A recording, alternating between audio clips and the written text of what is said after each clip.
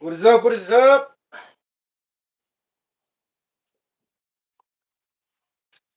Just waiting for somebody to go live. Oh, darkness. Yeah, there we go. Woohoo! Light on my face. Oh. Hey, what is up, brother? We got somebody on. Let me recover from the blindness. Oh, that light is bright.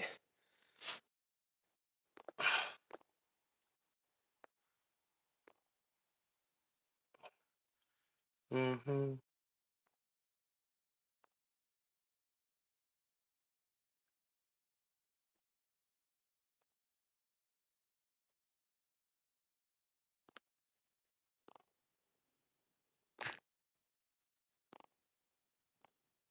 Just give me a second. Just give me a second, brother. Do, do, do, do, do, do. All right. So who do we have? How you doing, brother? Can't open. Welcome to the live chat. Aye, aye. Okay. All right. How you doing today? Everything good, brother? Everything's good over here. Just getting back from Vegas. Work, work. Oh, what is up? We got another person.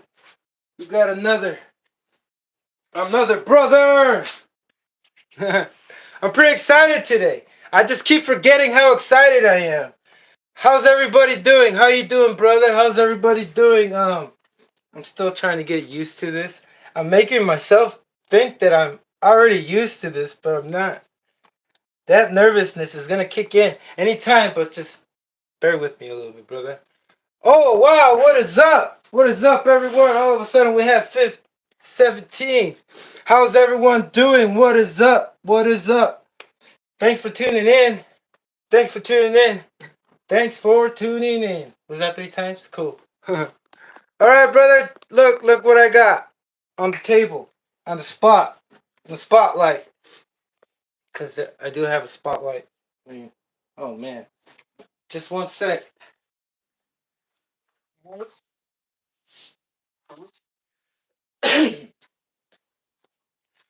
All right, hope everybody is doing good today. You know, it's pretty late.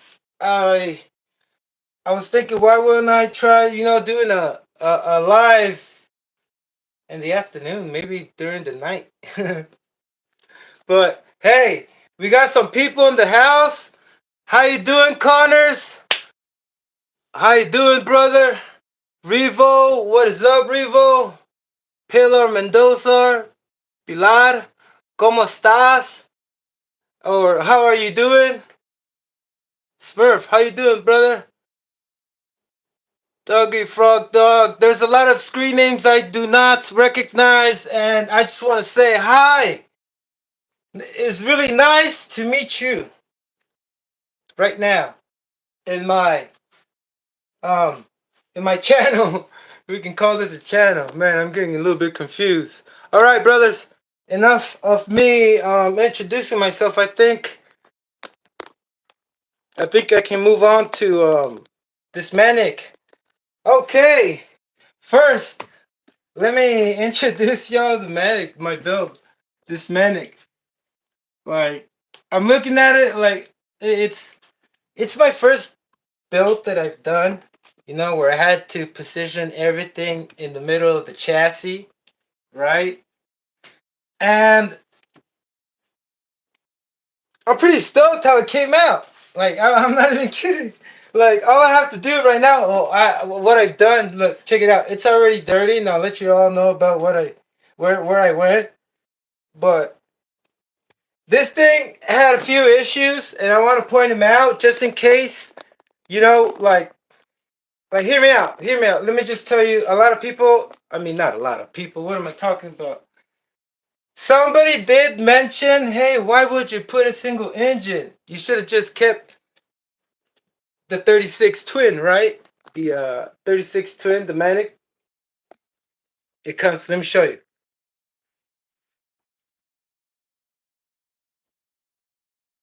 All right, so I got the 36 twin right here. Oh man, I forgot. I forgot that I'm limited. I am limited in bandwidth, limited in everything. Huh? You gotta buy upgrade memberships nowadays. It's crazy. It's like because I just want to say the reason why I say that is because on my the Ace Pro, the video camera I use, you have to buy and pay for membership in order to use its full potential. It's so crazy. They already sold me the product. Why can't I use what it has, right? Anyway, it's not about that. It's about this. Let me show you. Um, got the Manic right here. I got this a while ago. I didn't get it brand new. I did pay a bit for it. It was about. I mean, should I disclose that? Should I say? I paid about $900 for it. I'm not kidding. And it was brand new. You know, the only thing that wasn't brand new is that I was able to tell is that the engine was started, right? And the guy, the previous owner did say, hey, I started this twice, you know, I started it twice and I bought it without thinking, what if, you know, did it need to be preheated when you do the break-in service? You know, like you heat up the thing so it doesn't break your one-way bearings. You know, how much compression does it have? How do you, you know? But I just excused all that and I bought it. I bought it. I didn't take it apart. I just gave it a wash, like everything in there. And so far, until this point, like it's kept its tune. It it hasn't given me any problems. It starts right up, right? Let me see who's here. Oh, what's my first language? Oh, let me answer some questions real quick. Um, Asia PSR is in house 8712. Hi, hello. My first language is Spanish. Broken down Spanish because our Spanish in Mexico isn't the same Spanish in Spain. So mi español está como it's like poor Spanish, like broken down. Because if you know the language, you would understand that depending on your grade level, like your IQ.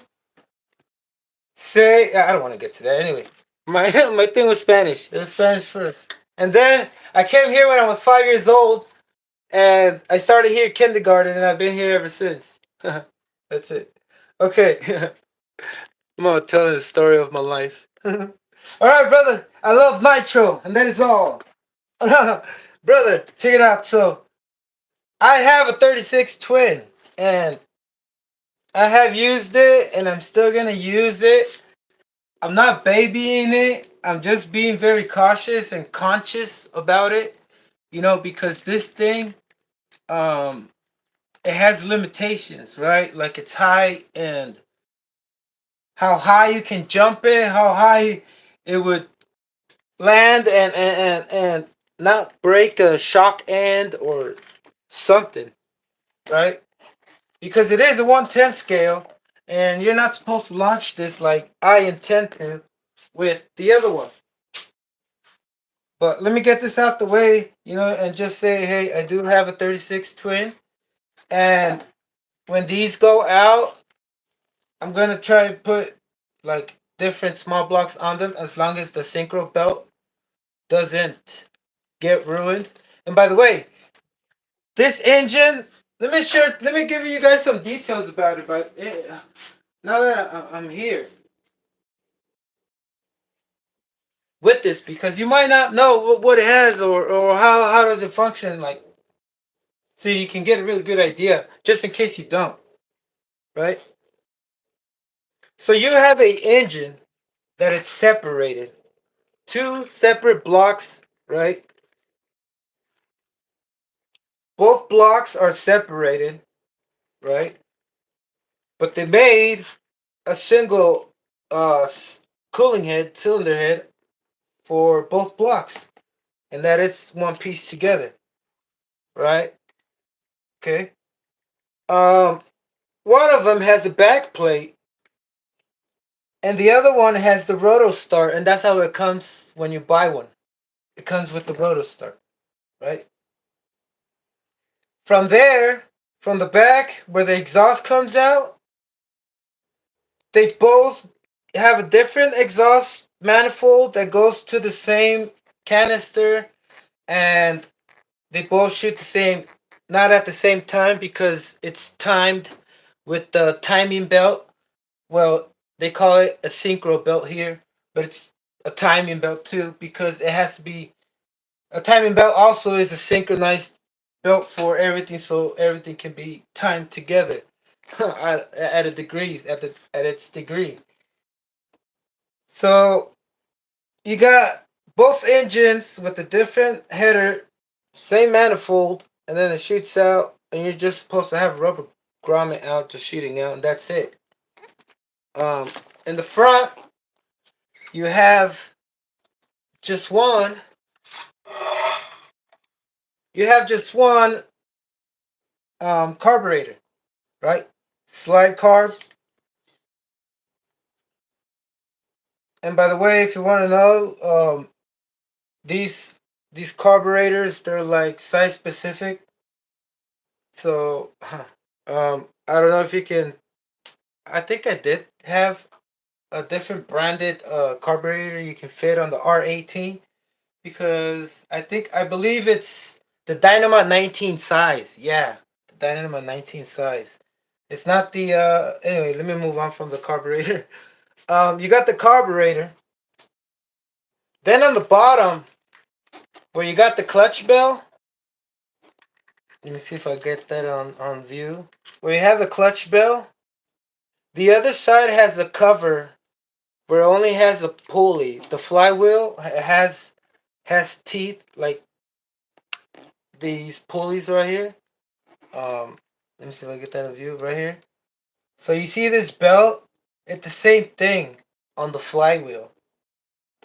The outside of the flywheel has teeth on it where the synchro belt connects to the other engine that also has the same thing, right? Except this one carries on the clutch with it, right? With the flywheel. But I will tell you the truth. I've never opened it. I haven't seen it, but I'm pretty sure that's what it is. You know, unless I'm wrong. But I know that it has a synchro belt, and it's like not even that long. Pretty short, as long as the length of whatever size the flywheel is inside. Or maybe it's not inside the flywheel. Maybe it's behind the flywheel. I'm not sure. I have not seen it, but there is a synchro belt there. So since I said there's a synchro belt that connects both engines by the flywheel or by um some type of flywheel or adapter. That's why we have a bump start backplate right here and just one rotor starter, one starter mechanism. Now, from there, they both share the same fuel tank, and it does really it lasts pretty good. You get pretty good run times. This thing only 16%. You got one of these, you're trying to run 30%, it's not gonna run right. These engines, like especially small blocks, the best you can run them at is like 16%. You know, all that stuff from Traxxas. You know, like I ran some engines that ran better at lower percentage nitro than buying 25%. Traxxas Nitro, because it was just a marketing thing. Anyway,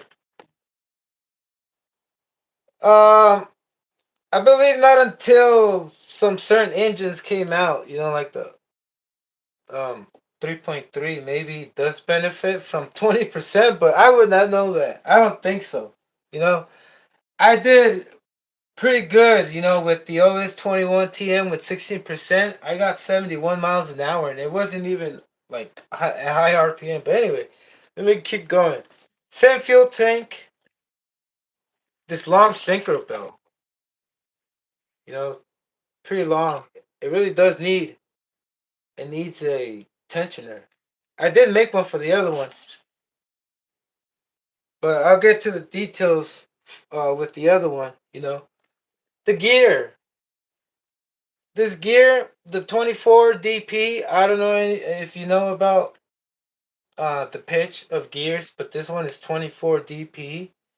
And I was not able to find any, and if I did, they would be way too oversized from the width, and it wouldn't fit, right?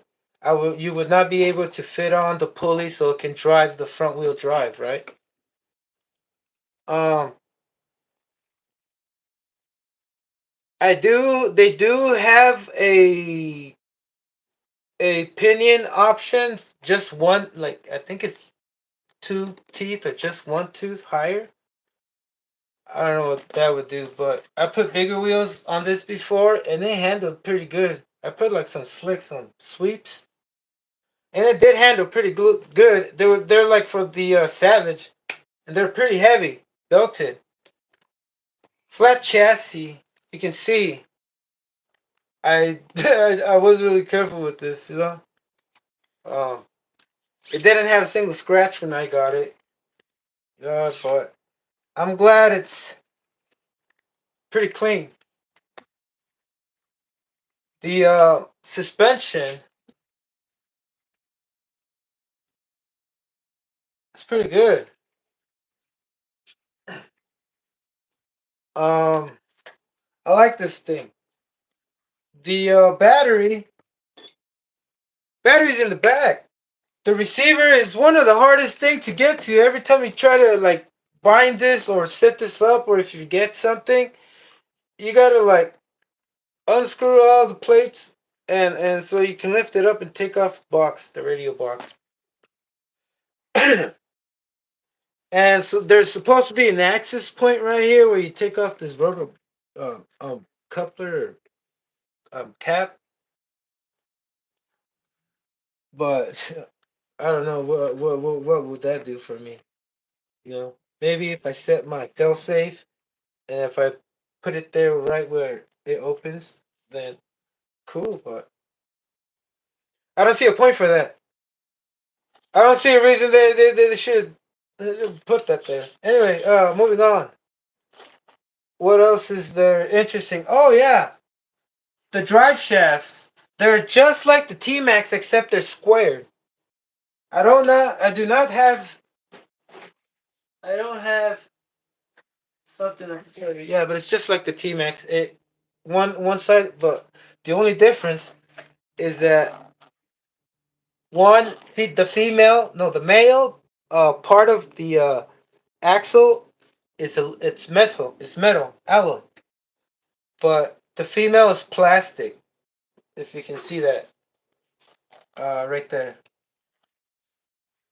Anything else I'm missing? I don't think I'm missing anything else, brother. Um, you can adjust that. You can adjust the engine position. Just in case. I mean, I don't know how much you have to adjust for just one tooth when you gain one tooth on the clutch belt. But you don't switch the whole clutch belt. You have to take the whole pinion off from the clutch belt and put the other one.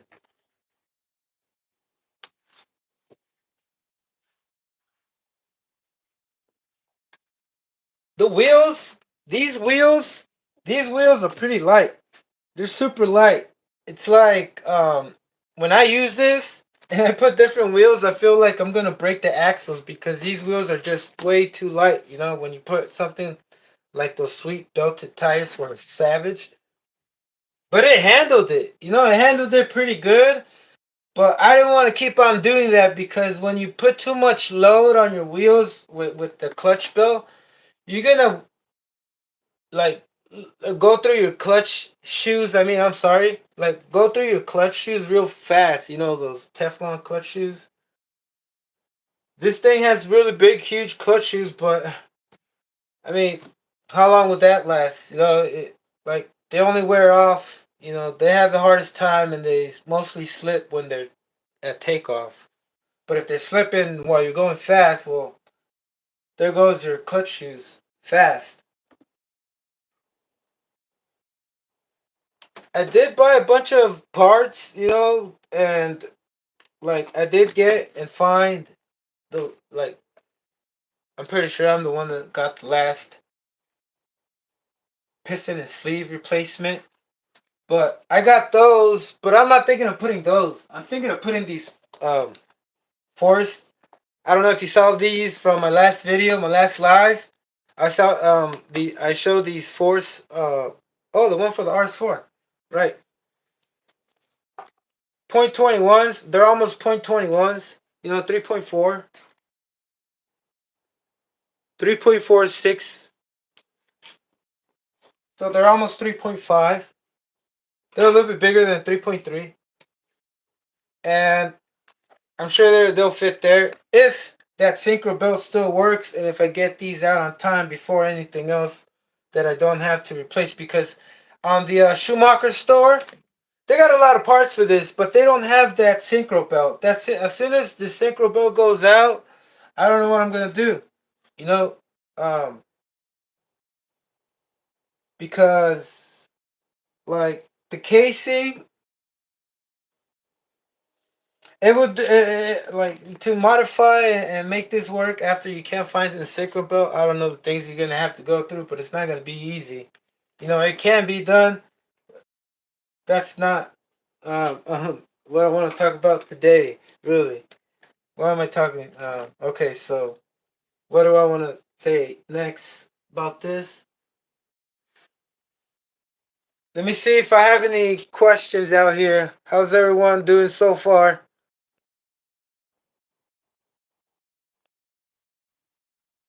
Oh, Dog Frog wants to say por qué empecé el canal. All right, because it's my passion. It's my passion to work on these things. My time goes by like this, and I get into it like, I mean, naturally, you know. And I wanted to start a channel so I can share and people get to because nowadays, I mean, I don't know, it might be I'm just doing it because I want to and because it makes me feel good. It really does. A mí me hace sentir de que le puedo meter mano y modificarlo y poder sorprenderme. Y si yo me sorprendo, me gustaría sorprender a la demás gente con lo que no, no, pues no, yo no sé, hay muchas razones, ¿no? Pero luego después, pero me encanta y cuando me decidí a empezar un canal, dije, no, pues espero que pueda ser yo, ¿sí me entiendes? Espero que yo pueda ser yo y no esté tímido y no, o sea, que a mí me encanta ser cuando soy yo. I love it when I'm myself, when I can be myself, because most of the time I'm just thinking too much. And this is therapy for me and it makes me feel free. It does. A lot of people might see it like, oh man, but that doesn't bother me, because it did in the beginning, it kind of bothered me that people were telling me why you get into little cars, but they don't understand the work and effort. Like when I put work and effort on something, even replacing a clutch bell or some kind of leak or something, like some kind of new thing on my RC car, it just thrills me to see it run on the ground. I don't know why. It just thrills me. I love it. It fills my heart real good. It makes me feel like it gives me fulfillment. You know. Oh, what's up, Texas Hill Country? How you doing, brother? Don't forget to charge your batteries, brother. Can I start it? Yeah, I'll start in a second, but this is not the one I want to show. Hey, what's up, Robismo? Did I get Robismo? He's right there. All right. So I got the Manic on the table. I got the Manic on the table, and I just wanted to show y'all so y'all can see and have like the y'all can see how it looks like. That way I can show you the single gear one and compare and contrast, I guess, but not today. Maybe if I have enough time. But I got both of them right here. I got the single engine one that I got off of eBay for $25, and I got this one that I got for almost a K. I don't want to say it out loud because somebody might be hearing me outside, like my sister or somebody, be like, "Hey, what is this guy talking about?" But anyway, um, I got the single one right here, and I just wanted to show y'all this one first, so y'all can see and have an idea of what it looks like originally, right? Like straight out the box, right there, that box. Oh, let me see if I can point it out, right there. All right, so I got the original one right here, and if you can just check it out for 1 second, let me see if. Oh, how am I gonna do this?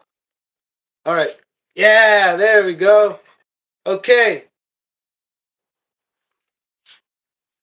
we got the exhaust canister muffler up here in the rear. Uh, the engine, fuel tank. Woo! The front wheel belt drive on the right side. What else? The position, the type of shocks. So I'm gonna put this on the side, and if you just tuned in, brother, if you just tuned in, you're gonna have to um wait till I upload this. It does take a little bit, I don't know if till tomorrow, but I did show the parts of how the Manic works, straight out box, how it originally works with that 36 twin, right? So I got the let me start off by saying that I got this for $25. And I'm pretty sure I got it because nobody knew what it was. Like, there's enough time, you know? I knew what it was when I saw it. Well, not really, kind of. Like, I believe it took me a couple of minutes to realize that it was a Manic. Like, maybe I thought it was like a Havoc. But I knew it was a Schumacher. I knew it wasn't an HPI because usually you confuse them with HPIs, right?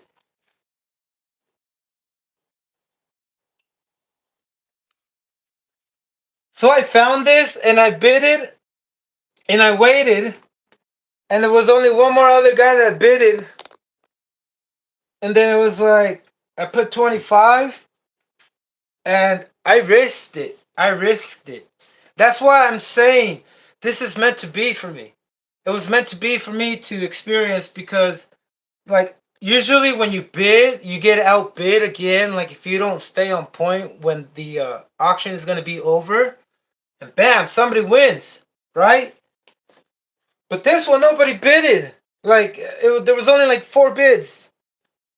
And so I put the last bid and nobody bidded, and the shipping was like $7. So it was like less than $30, like about $30. Anyway, it was. I got it home.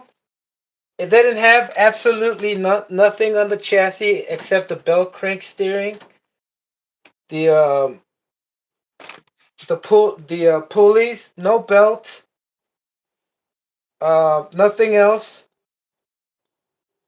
It had the disc, the drive shafts, it had everything else, the suspension system, the suspension and the drivetrain. It had it except the belt, right? So I got to work. I was like, it's about time. Let's do this. So now I'm gonna get in details with this one. Let me get some light up in this. Here we go. Give me a minute. I mean a second. Couple seconds. How's everyone doing tonight? I mean, it's not night. I don't know what time it is out there, but it's already getting pretty late right here in Westminster, California. It's 6:03 over here.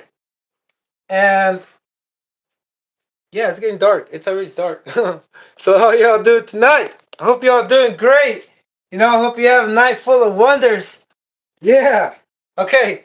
I've been pretty excited. I couldn't wait till this happened. I came pretty late. If you saw the post and you've been waiting for me to log in at 5, tune in at 5, I just want to apologize, for having you wait, but I'm over here now.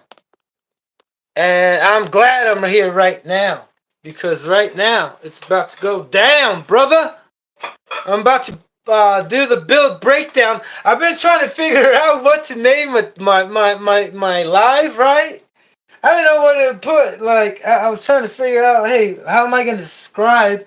Because I didn't do that in the previous lives. I didn't put what I was going to do it about.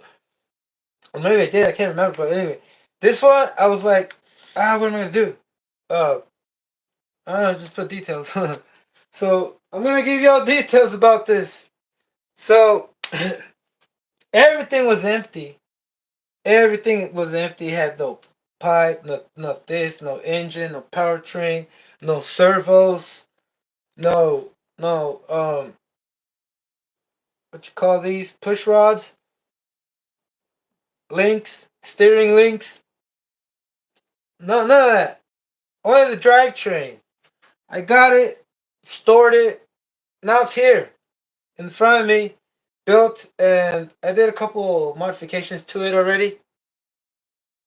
No, and so here we go. Check it out. So the fuel tank is on the same position as the Manic. I found laying around in my parts a top deck that was broken, and I just took the piece of the servo mount and I cut it out to the shape where I can mount it as closest to the front, right? So I love the way it came out. It can do better, but I did it with the Dremel. Oh, I took a Dremel. I had to get into it. You got to get into it, brother. Get yourself a Dremel.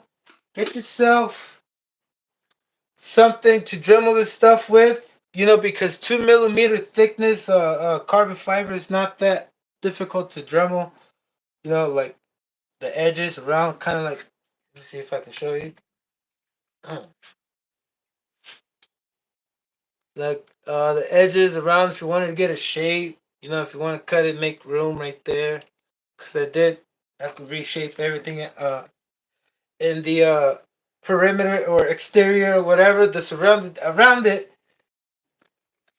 Made new holes on the bottom, and whoa, careful. I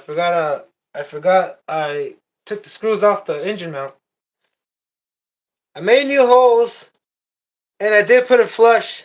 That way it can, you know, look as stock as possible. You know. Oh man. Okay. So from the fuel tank to the servo. The other servo, the front one is the steering servo, and if you can see, right there. I just want to. I'm trying to show you the movement of it. It's side to side. Some of them are like they go forward or different direction. Um, Behind it, we got the throttle servo with the brake servo. If you can see the servo horn, I had to modify it. You know, I always make room because there's a belt. It's always a belt that you have to make that this made it difficult because there's a belt right there and you can't reposition it. Maybe you can, you know, put in some shims, but I'll show you in a second why you can't do that. Because you're more prone to strip out where the pen drive goes. So prone is that how you say it? Prone is you're more. It's gonna more happen more likely that you're gonna strip the pulley. Yeah, mail. Whoa! I got mail. Okay, so from the servo horn, if you can see, I got two links. One for the front, one for the rear, for the brakes. So it has brakes on disc brakes on the front and rear. So this is gonna make it pretty good to have to do air studs. You know, like if I want to correct it in the air, because there I do have. Where's the other one that I was running the other day? Oh, you can't do that with just a rear wheel drive one. So I'm glad this. You know, I, I'm thinking of launching this as fast as I can get it to. Right now, it's probably doing about 25, 30, but it's dirty. I forgot to mention that I already went and did a run, and I got some footage, and I did edit it. But the only reason why I what's it called? The only reason why I wanted to wait and add another run out here at the park, that way I can get some high RPM stuff footage on it. You know, because that's one of the other things that I'm gonna show right now. Is I already did two of them. I already modded two of the clutch shoes, the aluminum ones that you get. They're under HSP. And I need to mod one. Just I left one out so I can do it on the live. That way, if Rabismo, are you still here, brother? Yeah, Rabismo. So I saw a video, brother, on the LST, how the clutch shoes. And I'm just gonna show you right now also the uh, the clutch shoes on mine. Okay, let me keep going real quick. So I got the servo and the brake linkage right there, right, brother? I got a Tamiya radio box right there, just mounted with double-sided tape. Also the switch with double-sided tape. Here we go with the engine, the power plant, Let me show you how I mounted this thing. It has the Savage engine mount on there. Can y'all see that? Oh, let me get it out. Let me get it out. What am I doing? What am I doing? What is it? So I used the Savage mount with the Savage exhaust pipe. I mean, yeah, header. And I also had to modify the header. I'm gonna have to. There we go.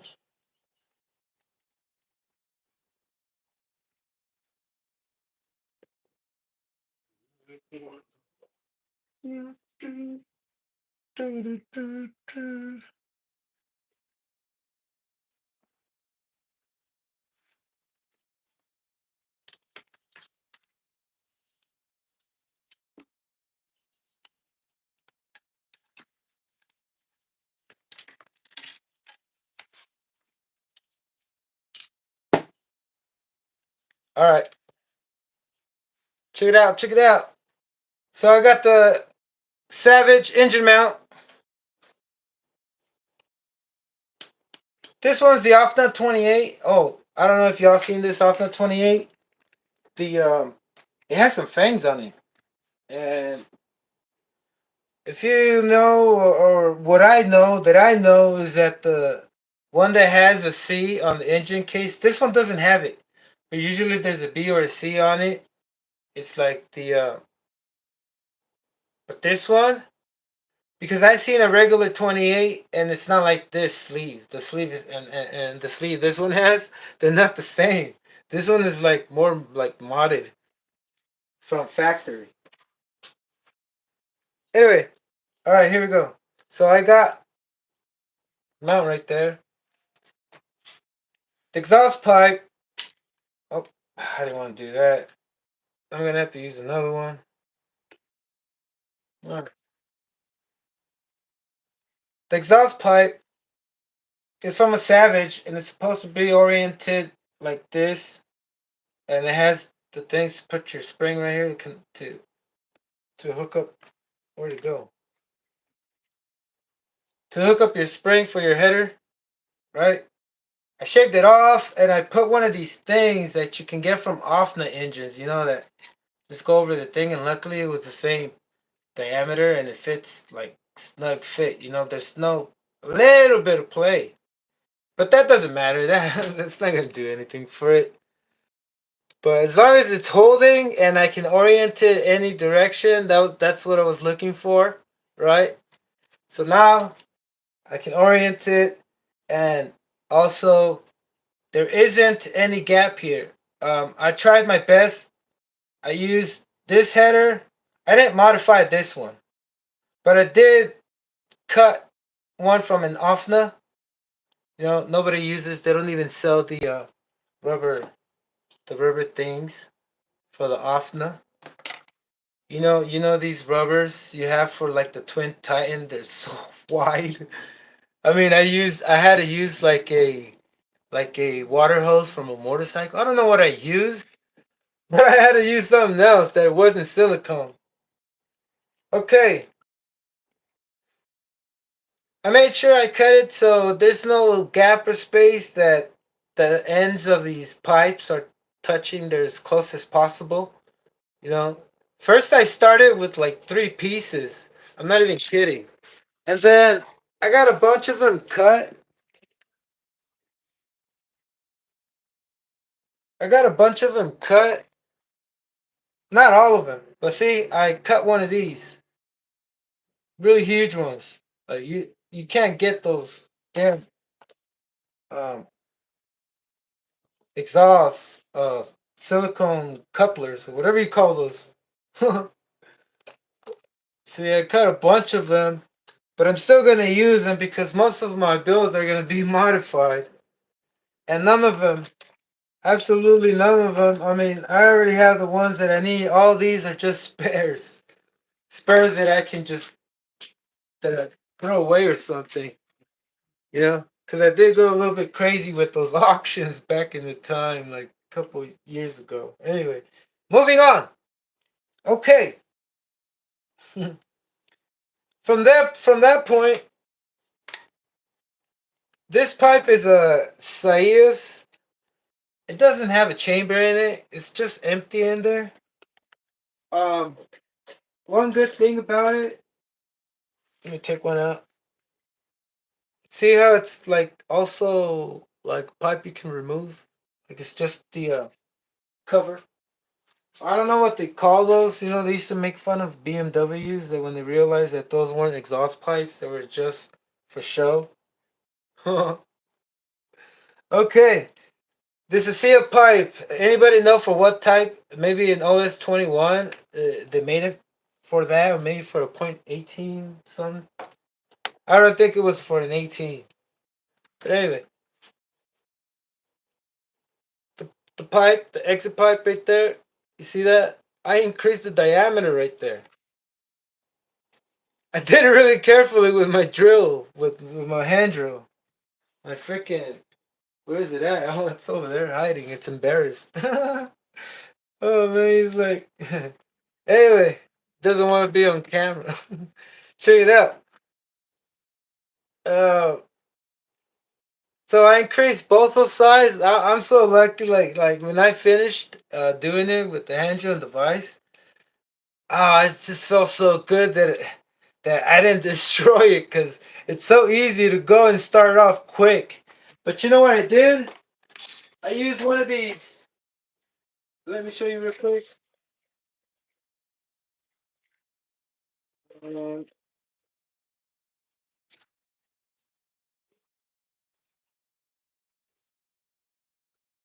I know where it went. But you see how this is pointy? Oh, this is a really horrible demonstration. Anyway, let me just move on and let you all know later what I did to this because I had to use a drill bit that was more like a sander, kind of like if you're doing a taper for a screw, right? So it can tuck in. That way you make a even hole and it can kind of guide the bit because I don't have expensive stuff like high tech tools, like industry things, like industrial. I don't know what you would call this, but I'm gonna get to that point too, brother. That's that's. I hope I can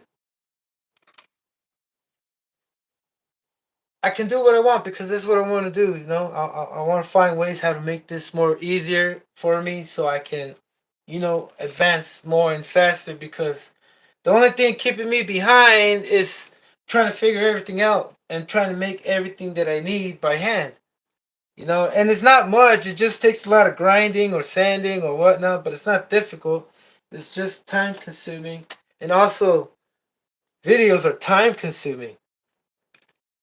Like when you're trying to do it on the phone, like me, and you're limited with RAM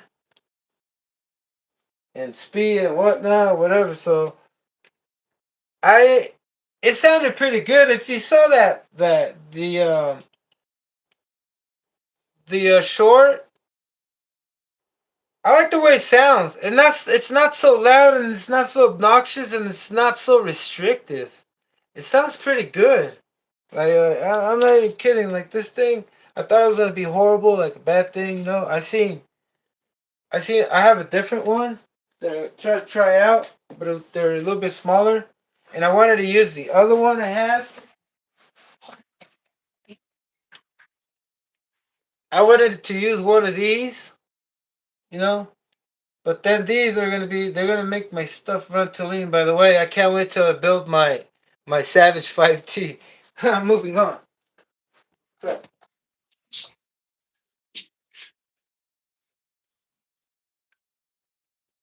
So I was gonna use one of those pipes, but I had this one and this one. And I just increased the diameter, and it just I like the way it performed. Maybe I don't know. It's this is the beginning of this.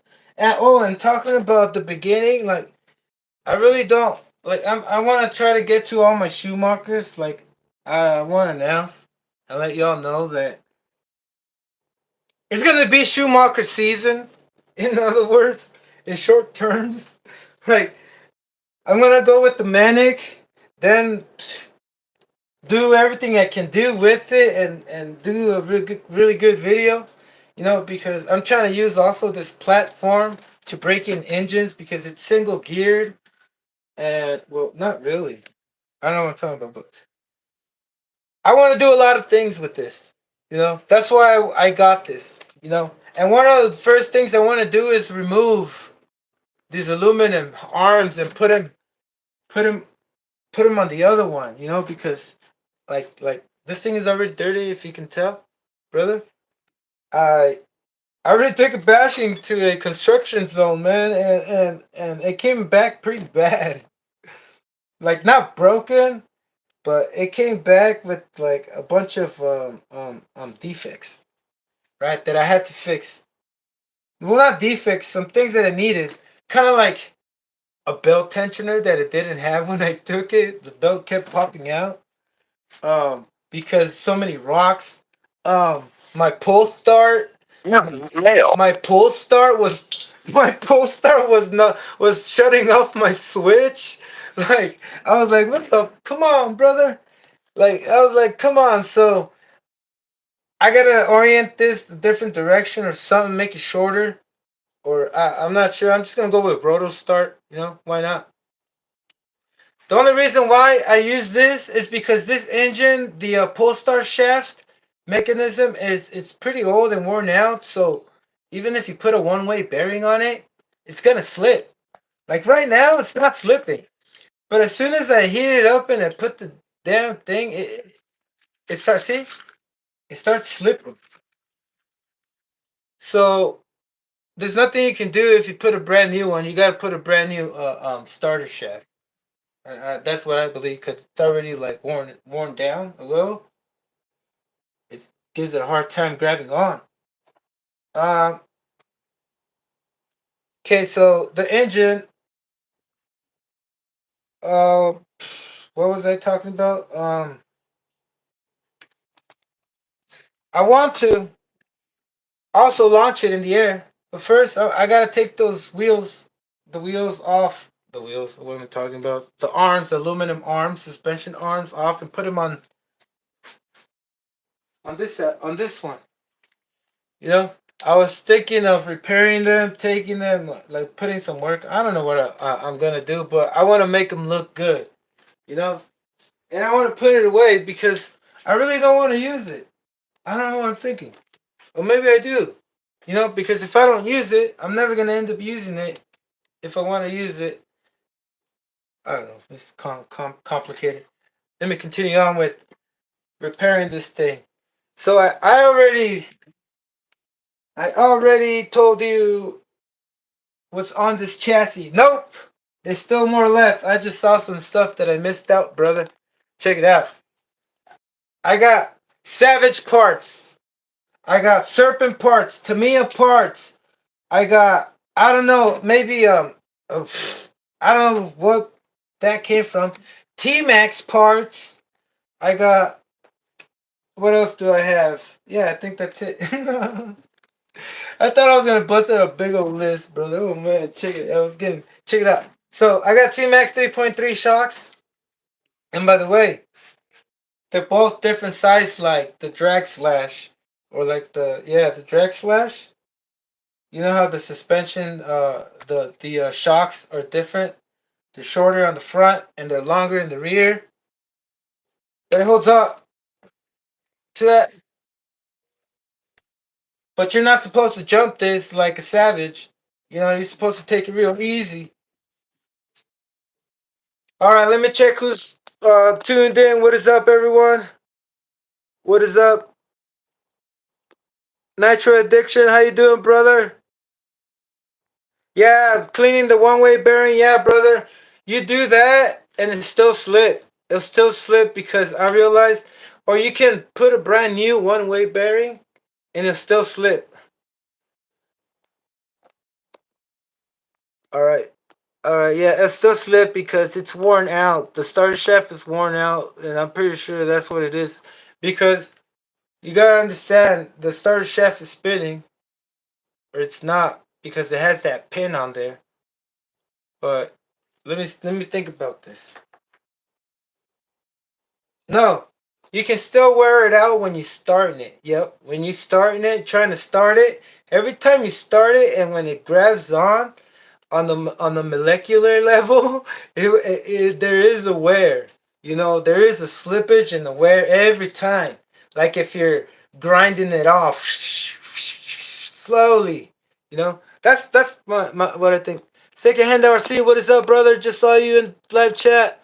Hope you're still around. Hope you're enjoying the live. Hope everyone's enjoying the live. Michael Graham, what is up, brother? What's up, everyone? Today is Wednesday, not a holiday. It's just a regular day, brother, and it's a good day to I don't know. I guess tune in. You know, um, praise the Nitro RC, right? Because I don't know if y'all noticed, I'm only about Nitro, and I don't have nothing against electric, but believe me, I do have some electrics that I'm gonna convert. But for now, check it. I just can't wait to get to all my stuff. I don't want to think about that stuff right now because I'm just gonna leave this on the side and go talk over there about it. Which I don't want to do. All right. Um, how's the light right there? Is the light too bright? I don't know if this light's messing it up. It should be. It should be good.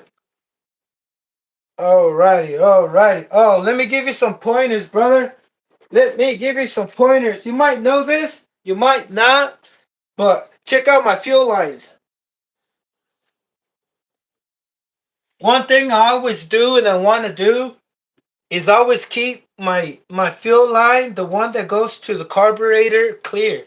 That way I can see if it has bubbles easier, right? Um, the yellow one, it doesn't really matter, you know. And also,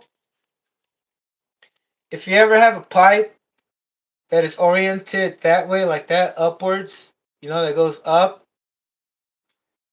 make sure when you every time you when you stop using it, you leave it down a little bit running so it can shoot everything that's just hanging in there, you know, like waiting to drip down when you shut it off. So, or else next time, I mean, I always have an easier time starting it when I do that. Engine number. I'm gonna get to the engine right now. Um, anybody new? Anybody new? We got anybody? Anybody? All right, brother. Hope y'all enjoyed. Um, it's a wonderful night today. Wow.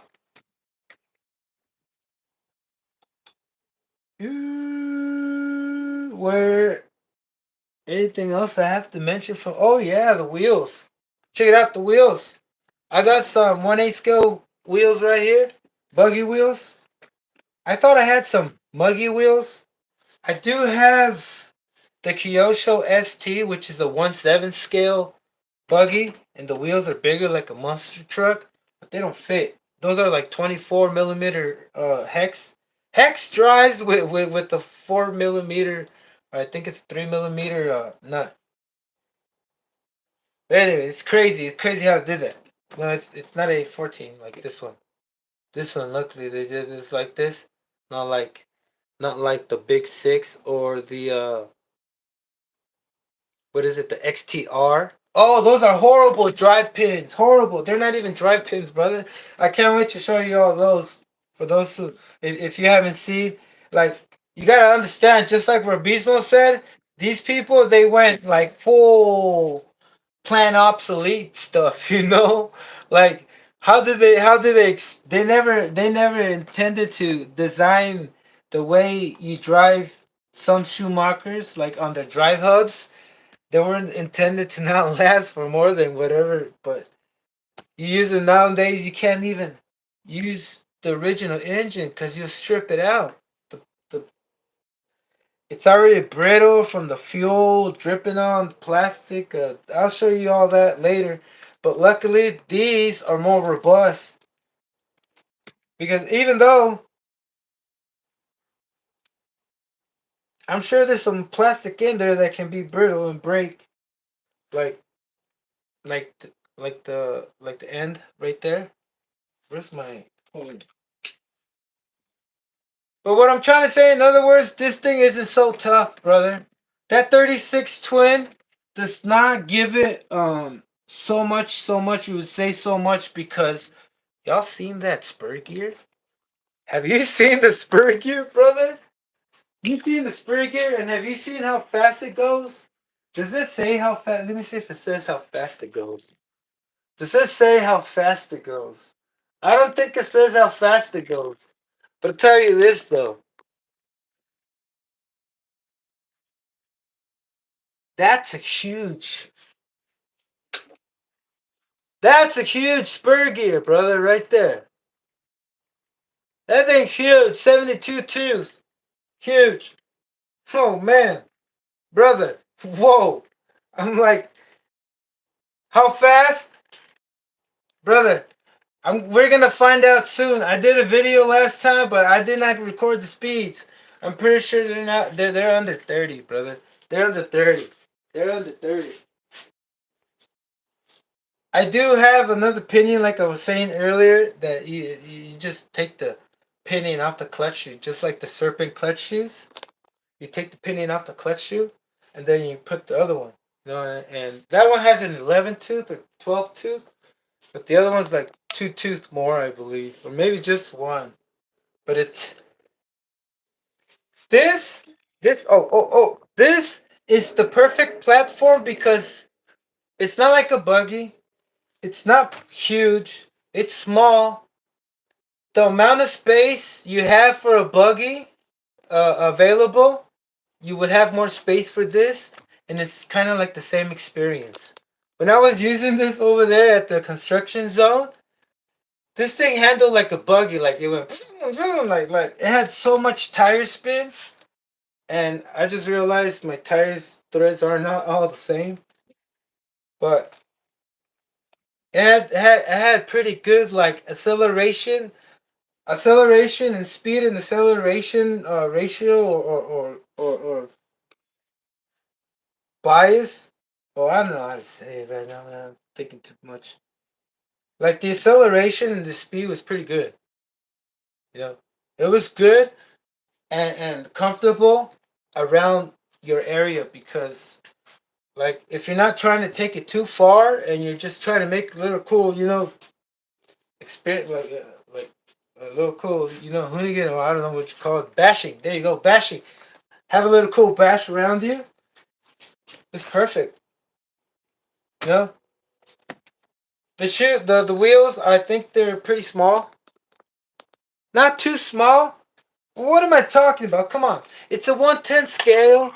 Brother, it's a 110 scale monster truck with buggy, 1/8 scale buggy wheels.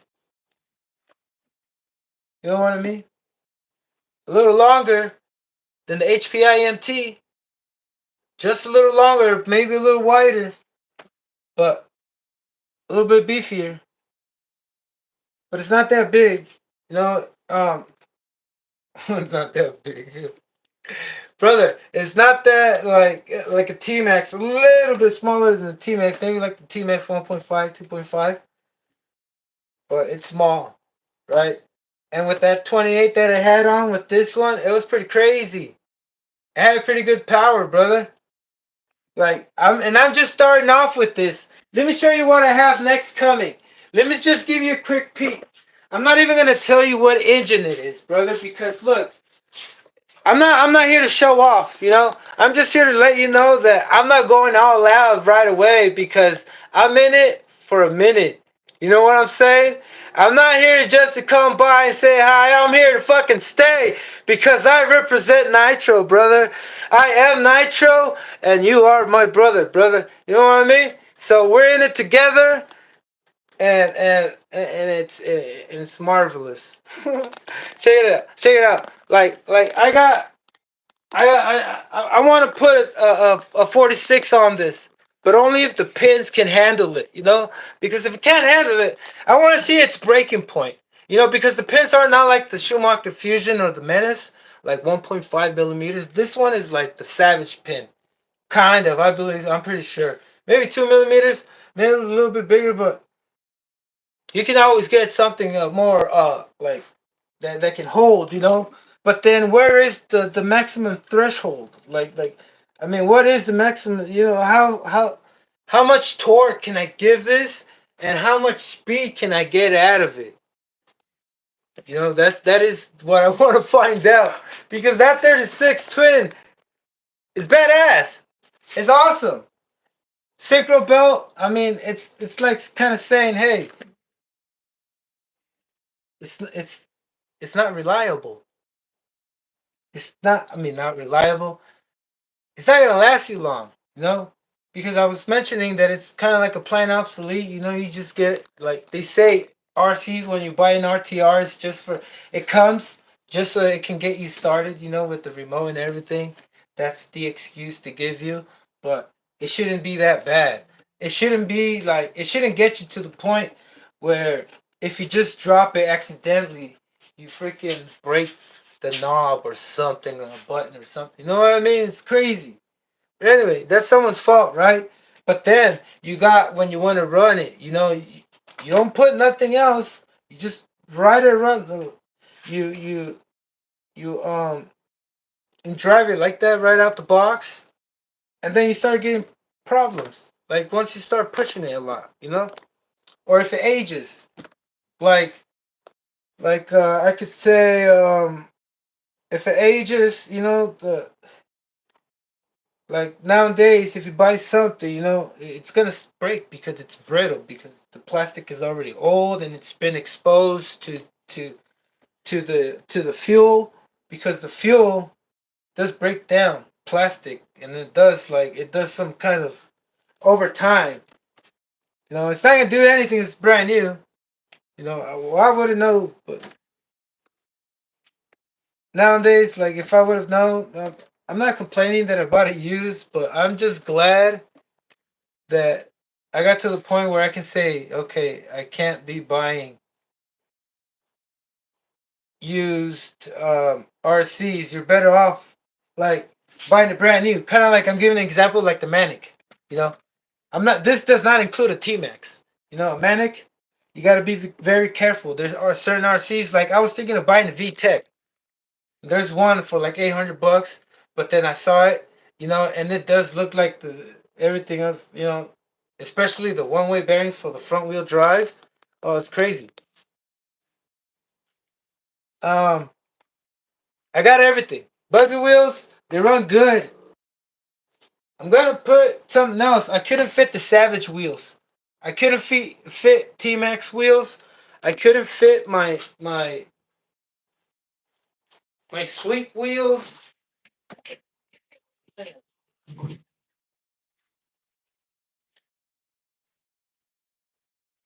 I couldn't fit these. I also have other ones with different thread. I haven't tried these. Check it out.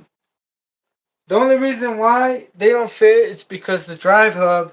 I might be able to switch it and put a regular 1/8 scale drive hub, a 17 millimeter drive hub. But what I'm trying to say is that the depth of like this, if it's too deep, it's gonna rub against the the the wheel hub, right? Is it the wheel hub? Yeah, the wheel hub. The hub carriers. Or the bearing carriers. Yeah, this thing right here. Oh God, what is wrong with you? Cotton mouth.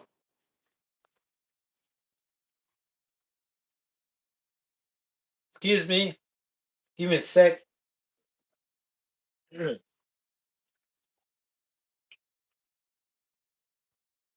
So I will try these on, and I hope they don't rub.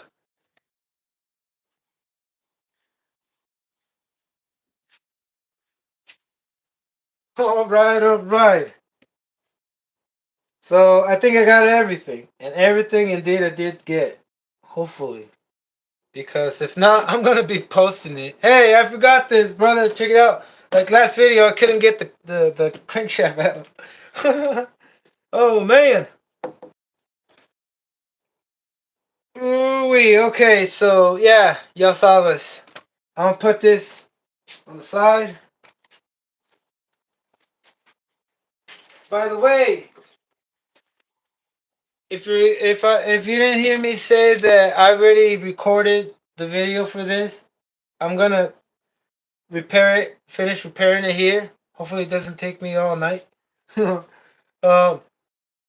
I hope I can get everything on this live. That's what I meant to say, right? I hope I can, get it all set up so tomorrow I can take it down here and just, do some not full speed runs, but full throttle. Wide open throttle, whiskey throttle. I'm talking about throttle where to the point you're like, man, ever let go, let go, let go, let go, and I ain't gonna let go. You're just gonna hear it go, right? And then you're only gonna hear it stop when I have to turn around and bust a U-turn, right? And then, and I'm gonna keep doing that until the fuel runs out, and just brush it up and go, and keep going and doing it, doing it, doing it. See how long I can take it. No breaks, nothing. I'm gonna see what can last and what cannot last, right?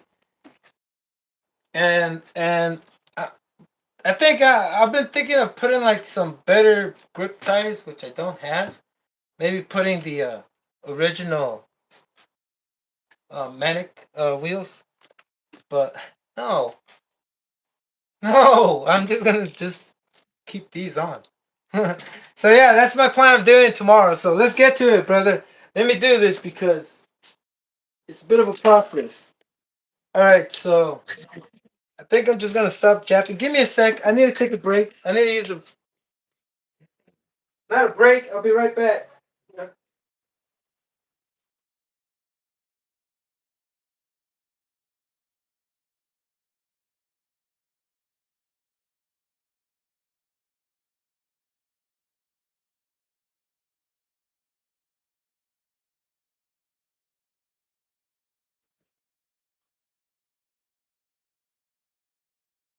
You know what? I want to wash my hands, but I'll do it later. All right, brother. I'm back. I'm back. I am back, and I'm ready to attack. Oh, I didn't show you what I was thinking of in the future. The next engine that I want to put after I, try to blow this one up. I got this axial that I want to try next. The next tier, the next power level. Stage two. You got stage one, stage two. This one, it's modified a little bit. It has some aggressive ports on it too. I'm gonna showcase you the spec two for this one. This one is a force-based engine, and it's an axial 28RR. It's an RR lineup, right? 7 port. Um, I'll show you the sleeve and the piston in a sec. 7 port. Um, what else? What else? Oh, 7 port. Also, it's not like a force engine. You know the lining. You know how the material of the regular force engines. This one isn't like that. This one, the material feels more dense. And how I know that? Because it's heavier. It's heavier than the stock force sleeves. Like you weigh this thing is beefy. I'll show you the second. Um, I'll show you the spec too because I haven't taken this one apart yet. Obviously, right here, check it out. So this one's this one. Let me show you this one real quick. Oh, my hand's dirty. Check this out. Look at the sleeve. This is the spec too. Um, like right here. Can y'all see that right there?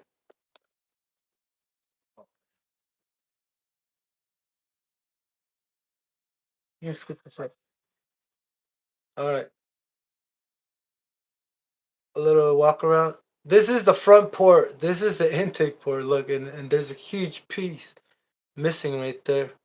Like you assume that it will be on the on the front port right there on the edge of the port, but it's on the edge of the sleeve on the bottom.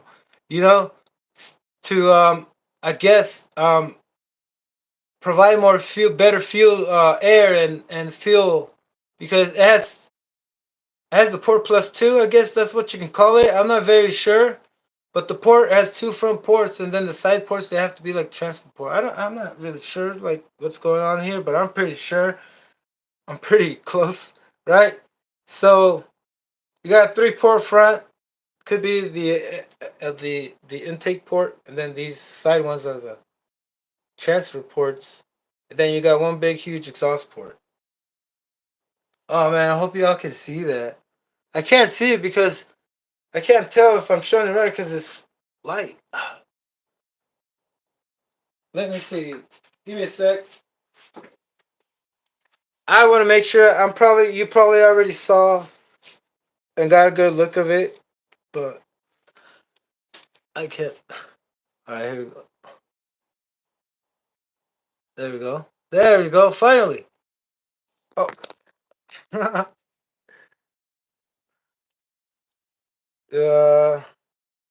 about without the light? Nope. Yeah, look at that. So let me tell you something interesting about this. I don't know if I had it in a dream or I don't know, but I know that I saw it somewhere and I read it with my own eyes. It might have been in a dream, but in a brochure somewhere, I read about Axial, this Axial RR engine. It was saying your alternative solution to Novarosi engines. So basically, they kind of use the same method or technology, idea about doing engines. So that's my best bet. That's what I'm thinking. That I mean, I don't think I'm making this up. I really don't think so. I think I know, and I try to find it on one of the things, and I can't find it because the other day I tried to post it up to show everybody that this is your alternative choice for Novarosi engine.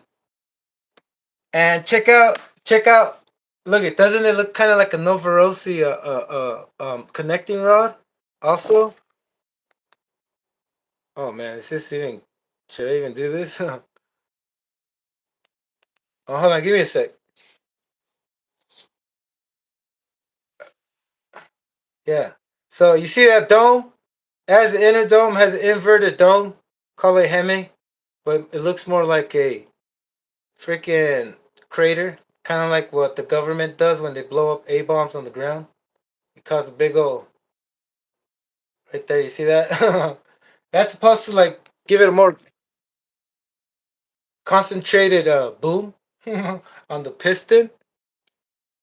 Okay, ow, my. All right, brother, check it out. My head's too big. Here we go. Oh man, I can't wait to put this on. So I'm gonna put this away. I can't spend more time with this. I'm gonna do that off on a different video. This one too. What am I doing? All right, let me see if anybody has any questions or anything. What is up? What is up? How's everybody doing so far? Oh wow. Yeah, dimple piston. Yeah, there you go. Dimples, like some girl used to tell me, "Hey, you got dimples." I got a horrible smile. Please, just pretend you never saw that. If you noticed. Oh man. Okay. Texas Hill. Um. Yeah, nice score. Yeah, awesome. Like I couldn't believe it when I got it. I was like, I'm gonna do something with this, and indeed I have. Oh man, in this moment. Yeah, yeah, yeah, yeah. Oh, Holy Nitro RC, what is up, brother? I just saw. Oh, what is up? We got a we got a pretty good. Hope everybody's doing good out there, brother. Hope everybody's doing good right now, and hope you're enjoying this because I can say I'm enjoying myself. All right, brother. Yeah. Uh. Woo. Let's remove the clutch belt and let me show you. Look, Robismo. The other day on your video, I saw you, brother. Am I yelling too loud? If I'm yelling too loud, let me know because sometimes I wish like I have myself on safe mode, just in case because I can always turn it down, but I can't gain up the volume. Hey, Rabismo, did you get? I'm not gonna say anything, Rabismo, but hey, check it out. Remember the other video? You were having a hard time with your LST because of these clutch shoes. Oh, oh, oh, oh, whoa, what am I doing? Let me show you what I'm doing. Oh, that's too close. You got me too close, brother. Brother, what am I doing? What am I saying? I was gonna try to sing and sing like if I'm intending it to sing for a girl, but then all of a sudden the word brother came out. When I'm singing a song you're supposed to sing to a girl. Oh man, it was just a mistake that I said, brother. I was just trying to segue. Excuses. Nope, it is. That's what happened. I was just trying to change the topic. All right, brother, check it out, Robert Barbismo. Check it out, brother. Remember, I believe you're the one that also mentioned on one of my videos that you also bought the 30-piece HSP 1/8 scale clutch shoes, aluminum, by the way, for anybody in the UK. Is that they how to say it? Let me out. I'm sorry. I don't mean to laugh. I'm just trying to do the best I can to say what I would like to say. Uh okay. Let me put this on the side. By the way, I don't want to lose any shins because I did have a pretty difficult time, and I'll explain why. I can't lose. Everything has to be oriented back the same way, kind of like if a like NASA space grade engineering machinery, right? I mean, is that how you say it? Like there's a specific there's really tight tolerances. All right, brother. Here we go. No more trying to joke around. I gotta let you know what I do and show you because I did mention it on a different video. I was like, "Hey, this is how I make these last." And the only reason why I do them is because when you get these brand new, oh, they're horrible. They're horrible. I think I'm gonna give me a second, brother. I gotta bring this down. All right, I gotta bring it down so I can show you better the parts because I'm pretty sure it's gonna zoom in and out in this light. I want to match the camera height with the light.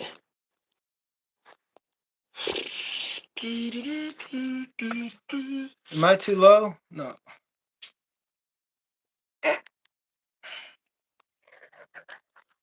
There we go. All right, brother. Do I have any nose hairs? No. Oh, sorry about that. All right. To make nitro great again. Yeah, brother. That's why I'm doing it. To make nitro great again. To let that energy circulate around us. You know what I mean? The nitro spirit. It has to revolve and revolve around each and one of us. So it can. So because it's like I'm pretty sure, like for me, it's part of my life, brother. I'm in it not to win it. I'm in it to spend my time with it, my lifetime with it. I'm here to be nitro, not to gain benefit with nitro. And why am I saying this? Because I keep hearing a lot of people. I mean, it's not my business, but it's just my conscience saying. Because I do ask myself sometimes, why are you doing this? Isn't it kind of tiring? But you know why sometimes I kind of have a hard time? It's because I work graveyard shifts, and it's pretty difficult. It's difficult to do everything and everything that you want to do. Because I do this often. I don't do this like say whenever I have spare time. No, I make time. I squeeze time in throughout. Like if I have something to do, but most of the time I really don't have nothing to do. But if I do, I squeeze time so I can have time to not entertain my mind, but to maintain my mind at a high frequency. Like busy. Because your mind it needs to think. I mean, my mind needs to think. It needs to like sort of like do what I'm doing. That's something small you can say. I'm not here trying to make the most expensive, the most unique, or no, not the unique. I'm here for uniqueness. Yes, I am. But I'm not here to like take off the competition because look, my tools aren't that. Anyway, I don't have like tools so I can like, and then I don't have the knowledge either to use the tool like a CNC machine, to do the programming. I had a chance to do it. But I wasn't keeping up with high school. But what am I saying? What am I talking about? My life? Oh, I did say I was going to talk a little bit about myself. I wish I could have had the degree and everything, the knowledge and the capability, and have the access to take this to a whole new level. You know, Like get up there and not push nitro, but show how nitro could be, because it's a treat. It's for me, it's a treat. It's like I can't explain the feeling that it's a euphoric feeling when I don't get excited. I just get like I feel like my mindset upgrades to a new level every time I put a certain amount of effort on something. But anyway, like for example, this, I get to spend less so I can buy more. That's not the way it should be, but check it out. All right, let me get to the clutches, brother.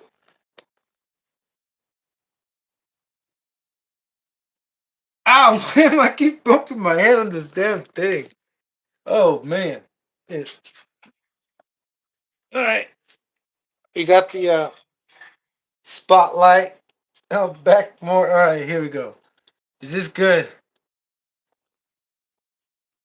I was thinking of using the rear camera, but I don't know how laggy that is gonna be. Maybe I should try it out. I'm gonna try it out next time. I don't know if you guys are used to like. I want to know what would be best because I want to also know if I have the option to show it sideways, but that's for another time. I gotta do that in my own time, brother. I don't know why I'm bringing it up. Sorry, brother. All right, brother, check it out. Robismo, check it out. This is what you call a Schumacher fusion. No, not Schumacher. Yeah. Oh yeah. Not the Schumacher 110 scale fusion, because when you fuse things together, you join them as one. So right now, half of my spring is joined as one with the clutch bell. You know what I mean? So it's gonna break. It's not like it's not gonna break, but you're probably gonna uh, hurt yourself trying to take it out. If you're not careful. Oh, I got it out. Look, but now it's bent. This one's still I can still use this, even though you just saw what you saw. Like if you do what I'm gonna show, you can always extend the life of these. But if you go too much to the point where you can't get it out, and if you get it out, half of half of it breaks out. Like you don't want to use that. If you see that there's a crack or something like that bent horribly, you don't want to use it because once you need to bend it back a little bit more, these are really cheap. You cannot they're not that malleable, or you cannot bend it. Even if you heat it up with heat, it won't bend. It'll snap. It'll crack because it's monkey metal. So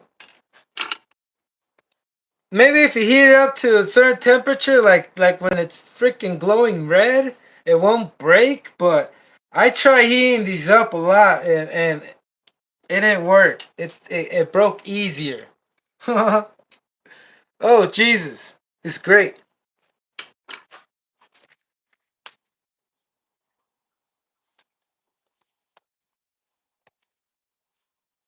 All right, brother. Do we have anybody? I see more people in the room, but I do not see.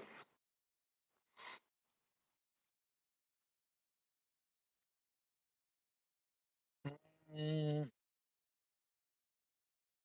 Let me see. Yeah, Nitro Aaron says you get a dopamine. Oh, brother, you don't understand. Like now, because I've forced myself to not push myself so much with these Schumachers. Like my joy was always to show you what I did to my Schumacher. And I am a Schumacher, especially like I went on loud with Schumachers, but not that loud like Cecile. Cecile, anybody know Cecile? He got the collection. He's the man right there. No, I showed up so late, and then I showed up buying stuff so expensive, and it just didn't make any sense. Like, but hey, I did get what I wanted. I got 7 fusions. I got 5 menaces. I got a few, but let me continue with this because I'm on it. I'm on it. All right, so I got these out, and then let me just show you what I had to do to the my flywheel, the whole setup from the flywheel to the clutch bell, because I didn't show you that the my flywheel, oh, my spur gear. You see how thick it is? That's pretty thick. I had to make room for it. Like I had to shave off a lot. Luckily, I had enough room to shave a lot where the brake mechanism is, because it's squared. I don't know if y'all seen that, but next video or pretty soon, I'm gonna do a Schumacher Fusion speed run build. But I don't want it. Sorry for that. Here. So if you can see, yeah, which way should I show it? Okay, this way. If you can see, oh, I don't want to drop the stuff in the clutch. If you can see that the spur gear right here is pretty thick, and it's, I just had to accommodate. I do a lot of modding, but I got it on there. The you can't have this sticking out too much because it'll rub against the belt drive for the front wheel. Front wheel belt drive. Whoops.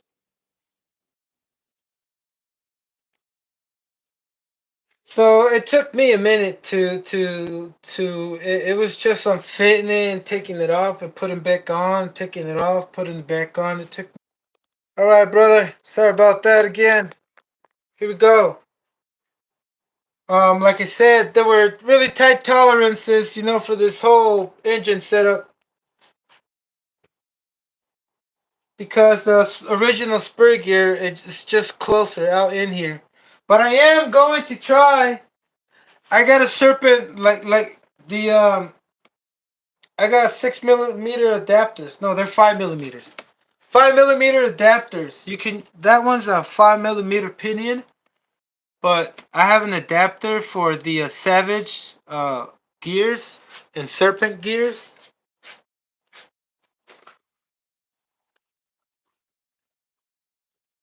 See, these are the 5 millimeters that I can switch and trade, because I got 45 right here. The one right now, it's a 52 tooth, and this was a lot thinner, like the wideness from right there, and the other one's wider, so it doesn't give me a lot of room, But when I want to take that fast, when I put the 28.8 on there, I'm gonna um put gear up, brother. I'm gonna gear up. So, like I was saying, I got the option to use the 5 millimeter ones or this adapter hub, so I can use these ones. But it's the same size. I think I already tried.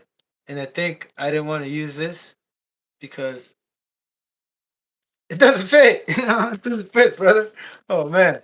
Hey, what is up, everyone? Hey, I just want to say, hey, brother. I'm gonna find out what happened with that signal, because I lost it for a minute. I hope it wasn't me. I mean, I don't think it was me. I don't think it was phone. It's gonna share me. I was like, damn. I just lost. No, I'm just kidding. I'm kidding. What am I talking about? All right, let's do this. Let's do this. It's time for me to breathe some aluminum. Kidding, brother. I'm not trying to breathe aluminum. All right, I'm gonna get ready for this because I gotta grind down some stuff. I already did. I already did two of them. I already did two of these clutch shoes. Let me show you the one when it's brand new.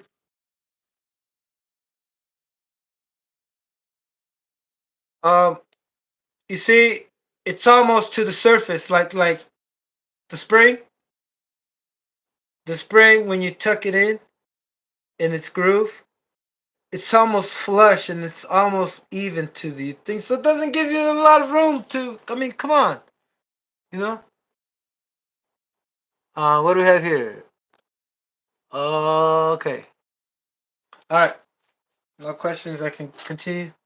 Um, so right here, right? So, what is that gonna give you? What is that gonna give me? This is for an HSP, and I was thinking, why is it so like right there? Because these are intended for a really low geared, low powered RC truck from an HSP. So I was like, man. And I also wonder if they're obviously they're not 7075 aluminum, and the ones there's some available that have 7075 aluminum, right? Not this one. And I'm pretty sure any other brand like Integra uses this. Like they just modify a little bit, make it look more aggressive or something.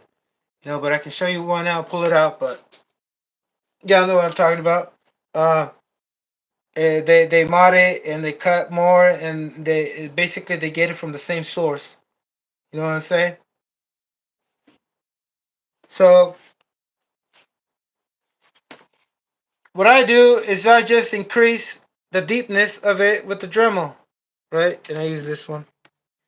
I got it right here, ready. See that? I'm trying to keep checking, see if my fade is not off the camera. All right, so I got this, and I just Dremel it in like evenly. It doesn't have to be so precise. You just gotta make more room, and then you just gotta tighten up the spring a little bit more. And I'll show you that. I'll show you how to do it. I think I showed it in the video before. Probably not. I don't know, but I'm gonna do it like completely. All right. I think I need to get closer.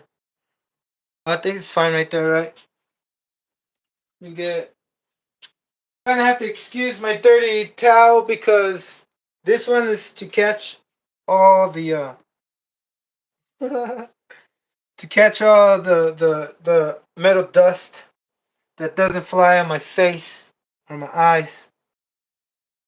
All right. Oh man, don't lose this stuff ever. So when I put this back, I'm gonna show you everything I did to this thing, how to get it to the point. Here we go. Let's do this because I am.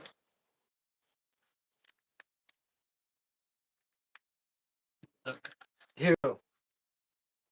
You want to use something to hold it, and what I use to hold it, a pin that's close to the size to the hole right there, just like if it goes on the flywheel, right? And then since my Dremel isn't bi-directional, it's just freaking one direction. I got an orange. Man, this sucks. I went to Harbor Freight. That's okay. Uh, Nothing's ever easy for me, brother. Never easy for me. I'm always struggling, even with my own self, my own thoughts. Kind of like right now. Like I'm trying to. Oh Jesus, it's great. Here we go. We'll put this to the side. I'll put that on the side and hold this on my left hand,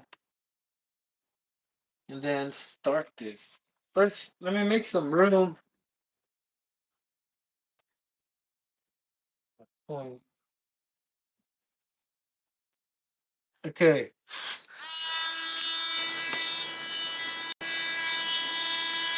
I'm gonna use glasses, but my glasses, they're plastic and they're all scratched up and I can't even see, brother. So, hey, sacrifice my eyes? No, my eyes are like I don't know if you probably go, but no, nothing happened. Nothing's happened to me, brother. Why am I trying to make you worry about? You should, you have to. Here we go.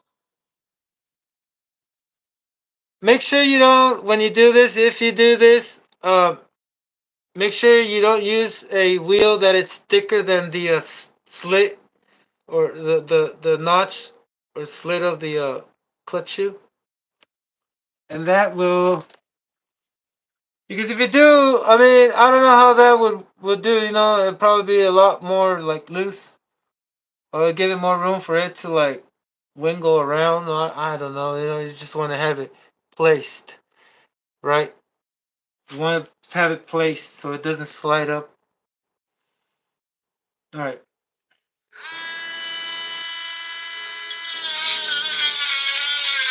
This is what you call.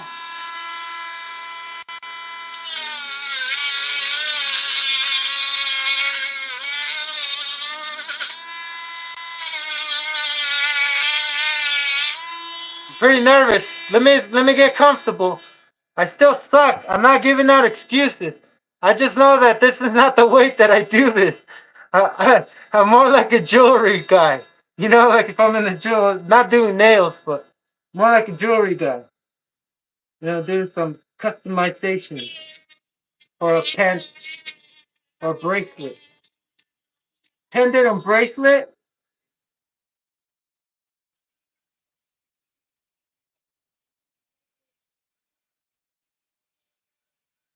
Oh, that's on my face, man. I gotta.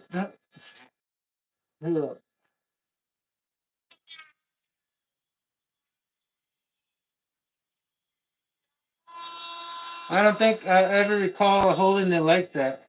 I think I held it like this.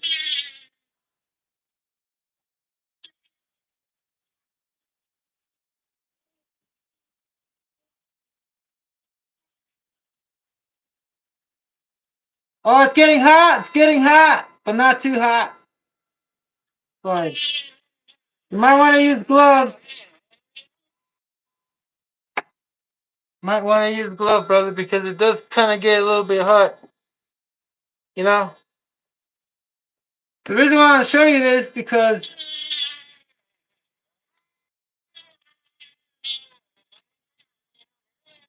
maybe maybe it'll motivate you to save a couple bucks. It takes work, brother. It takes work. But then, for me, the more work I put on something, not frustration and not struggle. Oh my light, sorry about that. But the more work I put on something, like for example this, it makes me feel good. It makes me feel more like. Now, it doesn't fill up my ego or my freaking, I was doing it and I finished it, but first let me make sure everyone's on. Everyone in here. I mean, am I back? No, I mean, like, is everything? We're all connected. Yeah.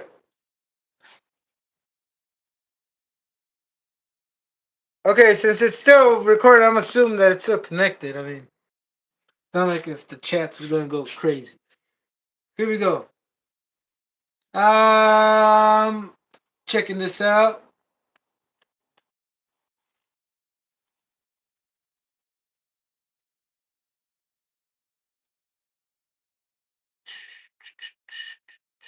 Yeah, I could do a little bit more.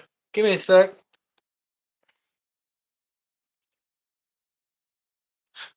Nope.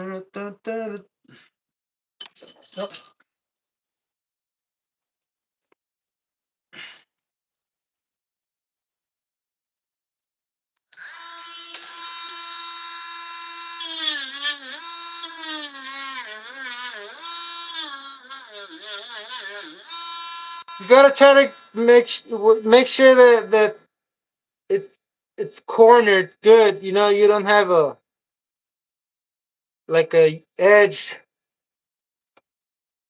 like how if you're just cutting it straight, you gotta also get the edge so you can make it evenly flat on the bottom of the where the spring goes. You get the middle and then you give it a little shave on the edge. That way it can be even. Oh, why did I do that? It broke it. All right, we're all back. Now I'm for sure secure that we're all back, and I'm gonna continue. So my normal broadcasting services has been returned to its normal. How do they say it? You know when they cut you off when you're watching a show or TV, and then it goes, "This has been a special." No, we return to your normal. Anyway, brother, this thing is looking good. See what you want to do after you. Here, let me get this off. I sound like oh, I don't like the way it sound with that thing. So I'm thinking. Oh, let me see if I got the lighting right. There we go. So I'm thinking that's pretty good. Then it's okay. All right, here we go. From this point, if your spring doesn't seat all the way to where you shaved off the stuff, you're gonna have to do adjustments. And either way, you're gonna have to do adjustments. Um, the other ones I already checked and they're okay. You know, it's not like if I'm using a clutch pedal I can't replace. But if you can tell, because I'm holding the tip, you can see the spring, but it can still tuck in more. I don't know if that do justice, but it can tuck in more. So what I'm gonna do is turn this off before I run out of battery.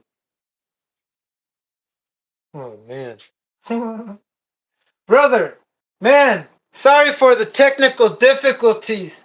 Only, only if it didn't happen. It had to happen. Hope you're doing good so far, brother. I mean, because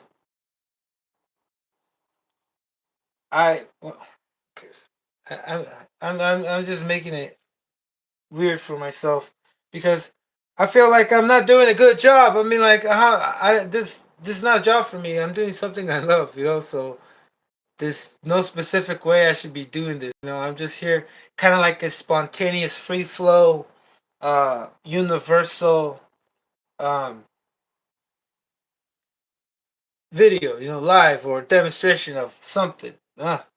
Okay. So since I still have a little bit of room, I'm gonna take this off.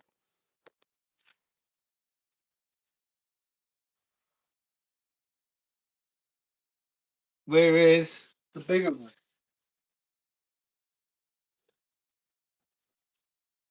So since I need something bigger to fill the gap because this one thinner, now I'm going to compress or squeeze or smash or use the pliers to bring. Where's my pointer?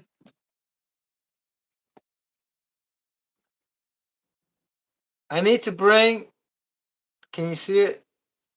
Uh oh oh man, what am I doing? What? Here we go.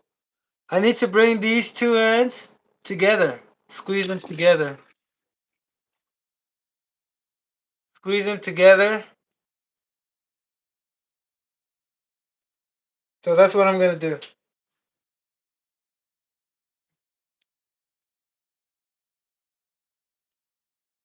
So I can open it up more and have more tension.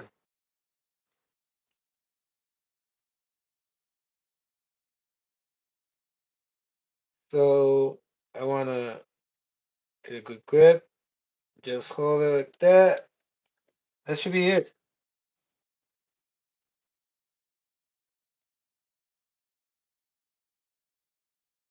Okay. Now I only got the stiffness. I only got the tension. That's the only thing I did for now, right now. I still gotta do something else. Like uh change a little bit the angle right here when I show you. Just a sec. Let me just check the tension and see if I can. Well, I have to bring it back because.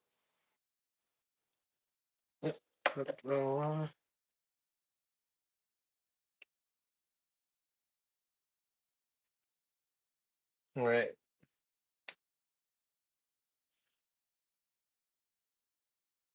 So I think I have the tension good. Should be okay. I won't find out until I put it on the flywheel. Um, what I need to do next? Um, oh yeah, this piece, the spring, is really easy to snap, brother.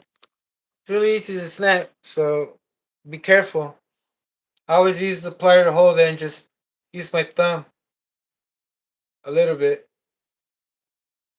It might snap. It might snap. But I've done this without heat. And make sure you don't use a flat. plier where the curve is, because then you'll straighten the curve out. So just hold the tip of it and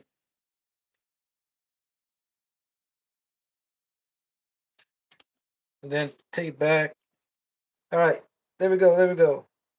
I already got the rest of the springs tensioned. Like I increased the tension already on them, and they're all ready to go on the flywheel.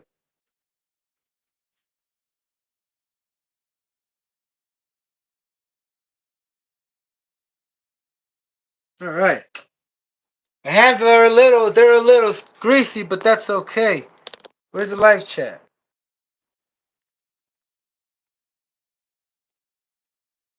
We're still connected. I don't know what happened to the chat. Give me a sec, please.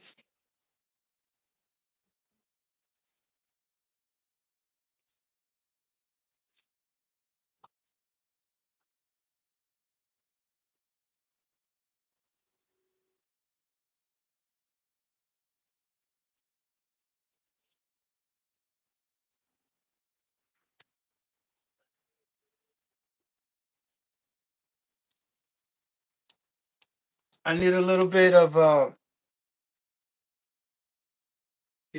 sugar in me.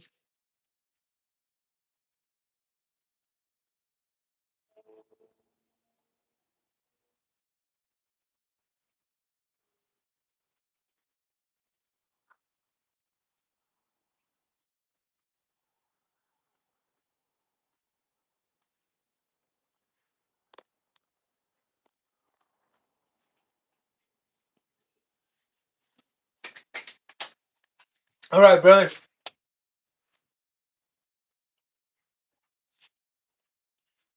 So, okay. I wish I could do something about that connection, brother. You're gonna have to excuse me. Yeah.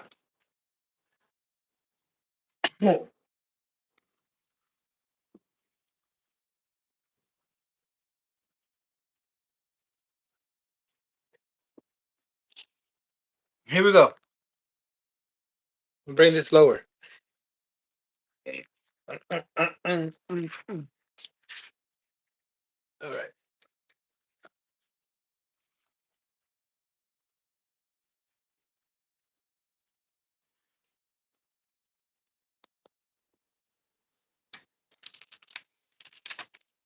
In order for me to put the HSP clutch shoes on the Savage flywheel, because I would not know the difference. I don't know if I have a three shoe. I think I do. What am I talking about? For the HSP. But the thing is that you cannot put the same clutch shoes that they're designed for the Savage on this.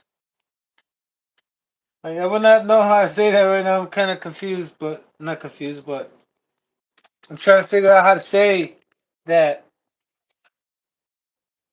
the Savage springs you use for the Savage won't fit on this, or the Savage stock Savage nut that you use to hold the flywheel down. Like for instance, one of these, right? It won't go on because it's too high, and then the edge, the surface of the edge where when you bring the pin down, it has to be concave, not concave, but smooth and tight, kind of like the sleeve, like this, right? The tip of it is out of part of it. It just interferes with the whole spring. You know, when you put it on, you got this going on here, and then you have something like this that it's kind of like, right there. It's kind of like narrow, right? Tapered, and then is that what you call it? Oh, jeez. And then you have this one. I have this one where it's like, but this won't work because it's too low. It needs to be a little higher. The slit where the spring goes, so it doesn't bounce out or come out. I had a hard time and I figured it out. And what I had to do was just grind out a nut. One of those nuts. These ones. I grinded this one out, and I had to make it shorter. And then not just that, I had to use a Schumacher extension. So it had to be longer and then shorter because it couldn't be too short because I mean I'm pretty sure I don't have to use all this weird stuff like shimming it real wide right there from the crankcase to the flywheel. Like I don't have to like do all this right. I could have just waited to get the other find a spray gear that it isn't so wide, so I don't have to use the adapter because the adapter sticks it out way too much. Like I showed you guys, uh, like I showed you, brother. This is the first thing I had to think about and do. So after I did this, like shade this down, and then let me show you. So here we go. Getting ready to put this on. There's the chat. Man, why is it doing this to me?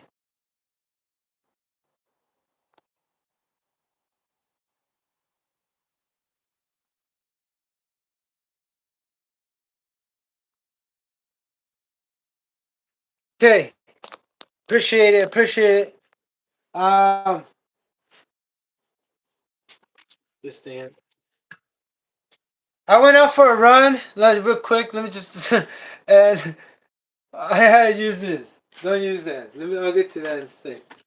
All right, let's let's stick to this ever. Hey, check it out. I got 9 people in the house and it's 11 likes, so I got 911. There's an emergency right here. We have an emergency. And what's that emergency? We gotta make Nitro great again, brother. I mean, there's no other way to say it, right? And I'm doing it. I'm putting the effort. Like right now, I could have like just I don't know decided to do other things, but right here, I'm doing what I enjoy the most. I'm not doing something else that I'm doing and confused doing. So I I'm liking this moment.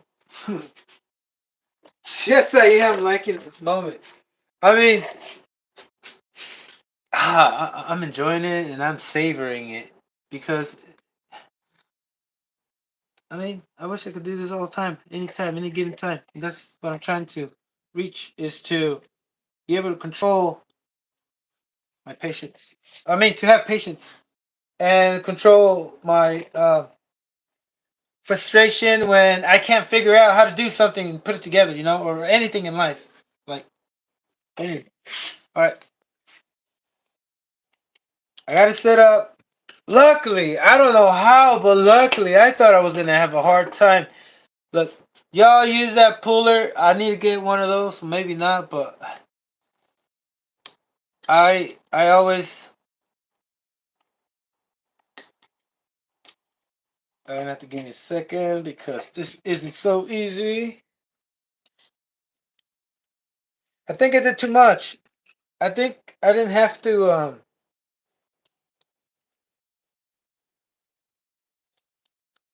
Am I showing you guys what I'm doing? No, no. Let me show you my struggle. Here we go. So there's the pin, and I think it's too much. Yep, it's too much. Wow, I gotta bend it back. Gotta bend it back, brother.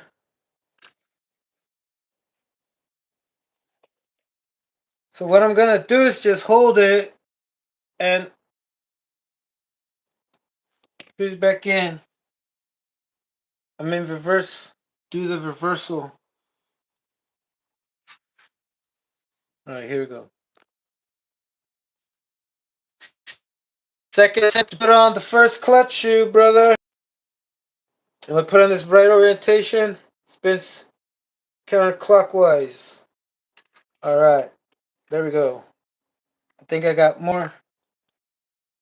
Hopefully, I don't stab myself. I mean, but intending to, trying to put this on. Yay! Yep, it's easier. So I had it way over tensioned. You know, that's why I didn't check it first. I just went and tensioned it, you know, without checking if I had to tension it because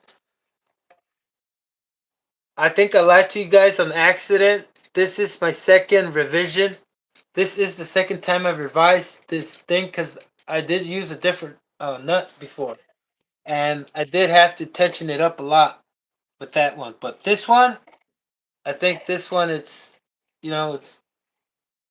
probably don't have to. So let me put it on.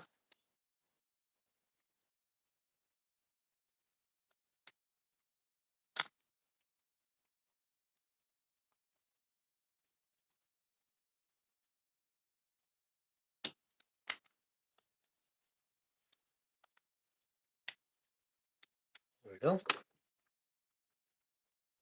Bang bang. Yeah. I hope I don't get anything in the carburetor. I'm gonna take it off and wash it off. Okay, I got the first one. After you put the first one, brother, well, you must know. If you don't know, you gotta check the um, the amount of effort it takes to open this up, right? Because of the centrifugal forces that engages the clutch shoes to your clutch bill, right? Um, so I'm liking this. I am liking the way it's tensioned. I know that for a fact that at idle, I'm gonna get really good idle, and it's not gonna want to engage on the low idle, and it's gonna last for a while, and it's gonna kick when, like, kind of like, um, how can I say it? It's gonna let the RPM bring its RPM up a little higher, and this thing is just gonna engage, right? So I'm not making this up. I mean, like, look, I mean, I would not know how to make. I should have.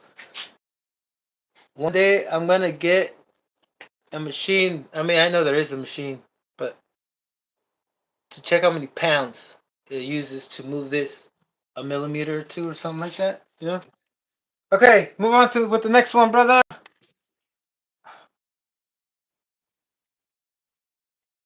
Hardest thing to do when you put it over the nut, this tip right here, is that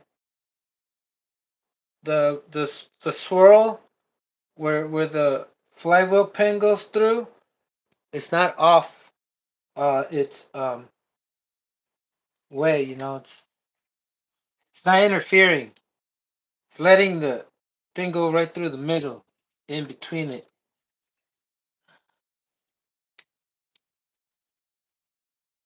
Oh, oh, oh! That was close. I'm not doing that again. That was I was pushing it way too much.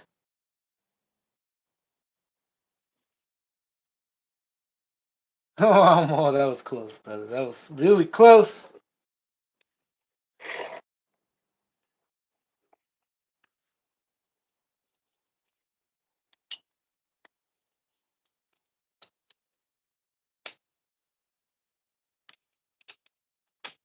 Yeah, this one's gonna. Woo! Now I gotta give it more. I mean, give it less. So I'm gonna go the opposite way because I didn't even have to do this. What I should have known. The next one, I'm gonna put it back how it was. Reverse the adjustment.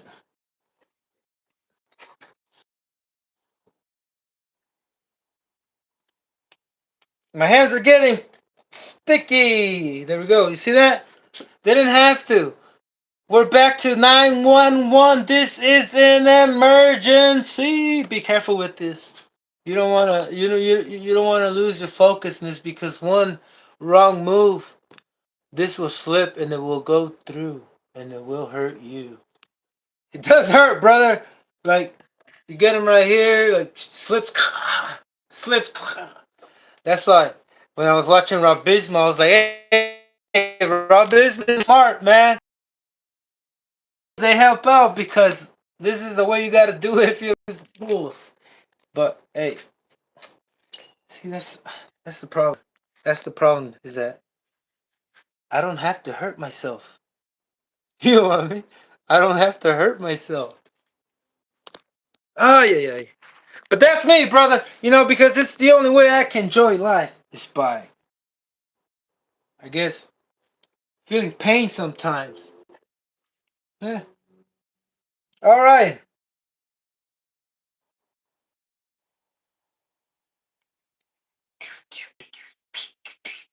I said I was gonna not try to put that on until I freaking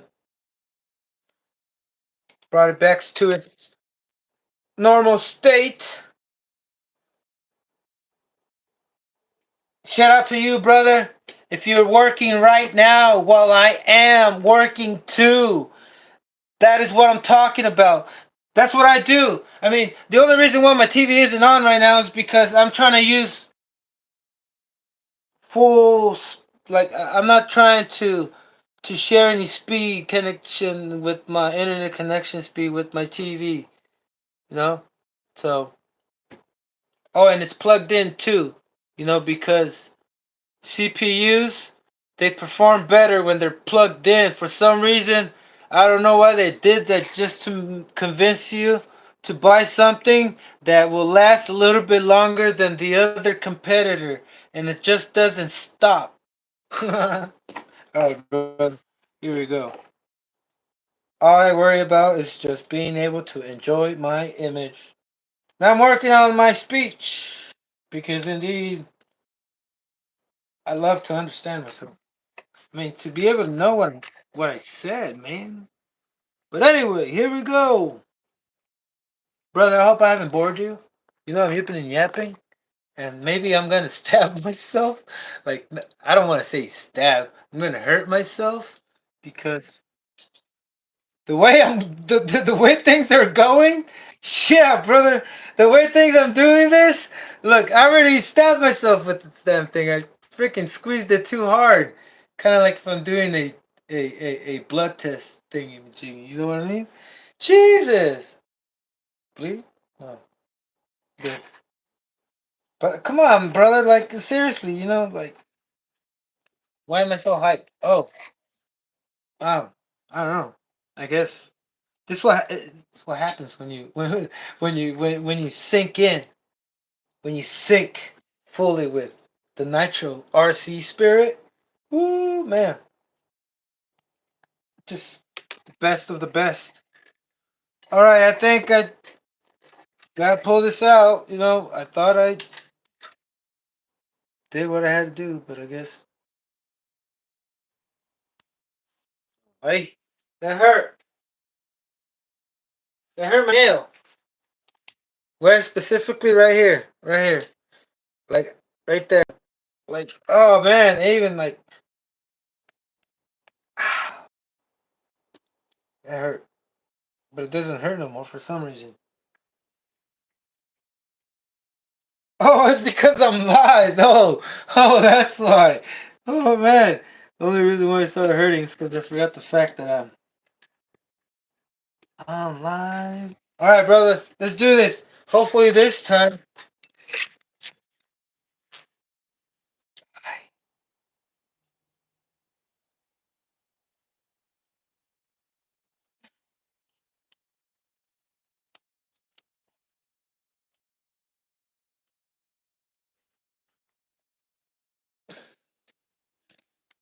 Bear with me.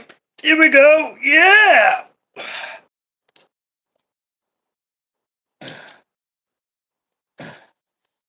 Oh, we got it. 7-Eleven makes me want to eat some candy. Woo! Keep reading. Why do I keep looking? Oh, I keep looking at the time and then I see the thing right there. Oh. Right now, time is timeless for me, brother. I don't know about you, but as long as there's, I have someone, I'm gonna keep going until I finish. I said I might not have enough time to do all this, but I'm just gonna say I'm gonna do it. Whether I'm maybe if I'm just here by myself, I'm still gonna do it. You know? Um, keep. do it until I finish this because my thing is to go out there tomorrow. This Manic, but already, and hopefully, nothing disappointing happens on my part. Why would I say that? Jeez, brother. All right. The Here we go. I'm gonna assemble the clutch bell and shim it and put the bearings. Okay. I don't think the bearings any new bearings, but it's gonna be fine. All right. It's pretty deep in there. The You're first shimming the space in between that over there where it hits the nut, right? Where you put your first shimming. Well, I had to get the inner ring of a bearing, the complete ring of a bearing, the inner diameter part of the bearing. I don't know if you've seen me say or heard me say that I get these from a 5 by 2.5. No wait, it's 5 by 8 by 2.5 millimeter bearing. Flange. No, not flange. What the hell am I talking? Just millimeter bearing. You can use any, whatever one you need. That way you don't use so many shims. You know what I'm saying? Look how thin it is. It's really robust. It's like 1 millimeter thin. It's ideal for some because you don't want your inner part of anything uh be connected or be touching with the outer part of the bearing. That's the whole trick. Like for me, I understood that the whole inner part of the bearing has to be touching and connecting and rotating because that rotates according with the crankshaft. It rotates with the crankshaft, right? And then the out part is when you're freewheeling with the clutch bell, right? So the out part is connected with the clutch bell, and the in part has to be touching and connected with the inner part, right? With the crankshaft. Oh yeah, Texas says like, yeah, brother. Sometimes we're stubborn, and sometimes we just want to get hurt. But yeah, I'm gonna do that next time. I can't be doing that all the time because, like, out of all the times, I can say plenty of times I've hurt myself. Um. All right. Ay, ay. Okay, so here we go, brother. I'm gonna put in my chim that I got from a bearing. Then what did I put next? I think I put two more shims. Yes, I did put two more shims. Then, are you watching this? Did I show it? All right, so I put the big shim. Then I put two more shims. I believe they're 2 millimeter shims thickness. Then I need to put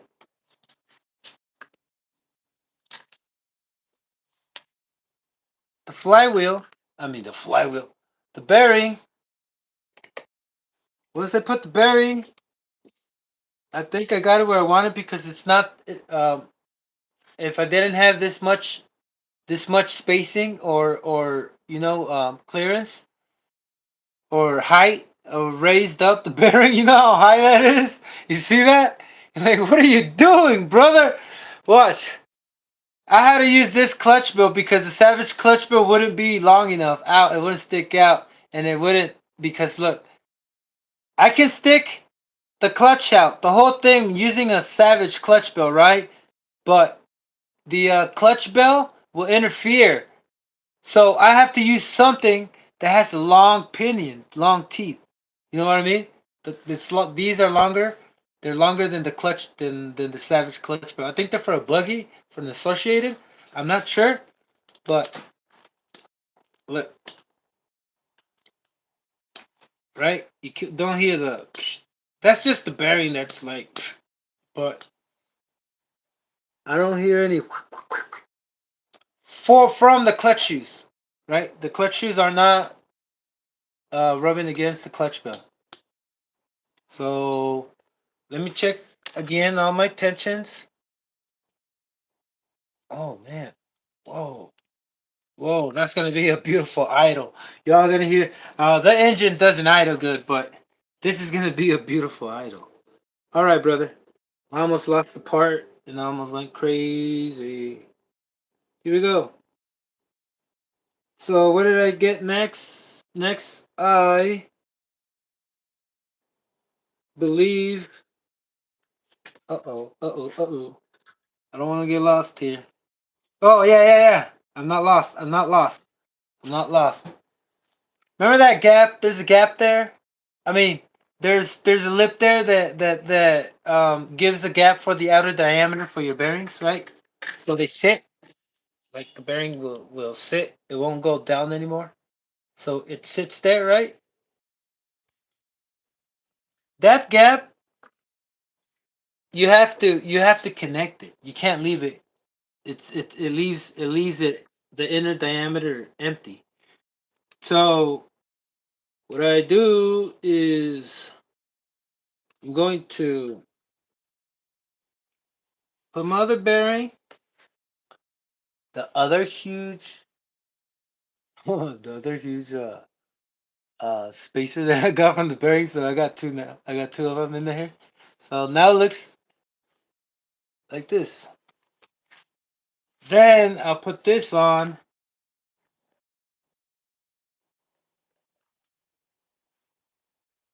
and then once I put that on, you see how I ran out of space? I don't know if you can see that there, but I ran out of space. I'm at the oh yeah, idiot. You see that? The tip of the crankshaft is sticking out a little bit, like a millimeter or two less. And if you can see, like what kind of bearing are you gonna put there? That's 6 millimeters. This is not gonna fit. It's not gonna sit.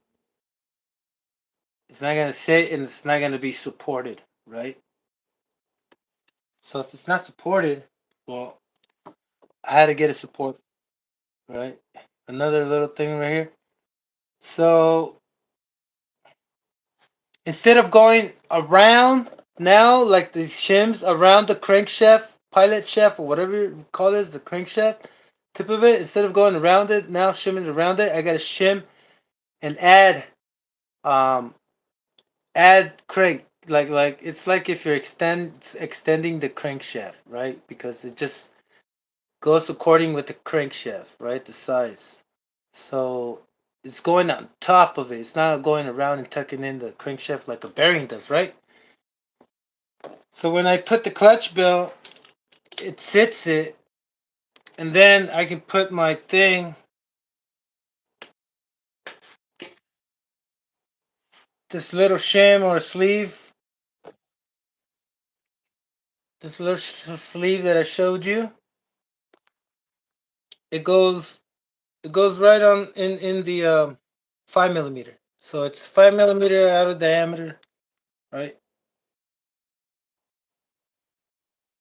And it goes in there, right? And so that is gonna give me support once I put the screw on, right? Once the screw is on and everything's on, I'm gonna put what's it called? Like some kind of support in it, like some kind of so it doesn't. Well, it's support. All right. Now, last but not least, I think I dropped a shim, but that's okay. That's okay. Let me see how this goes right here.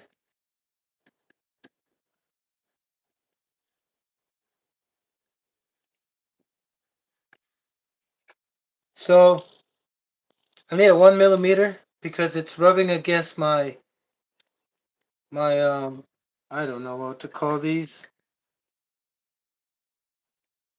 but I'm gonna flip it around because it has like a You see how it's not flat? It has a like a tabletop. Not a what do you call this? Like a mesa? Huh? Like when you chop off a tree trunk. Anyway, I'll try to put it on that side, but it gives me way too much play. See that? Oh, oh. So it gives me too much play. So I am missing a little shim right there. Try to look for it. Nah, I gotta get one. Get one from the Shim Nation.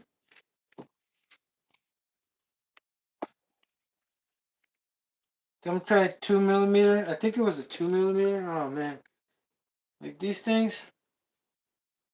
Finally, it wasn't so long ago, but not even a month ago that I decided to buy. But wait, something's going on wrong here. I forgot. The shim. I just remembered. I recalled. The shim doesn't go here. It goes. Uh oh. Whoops.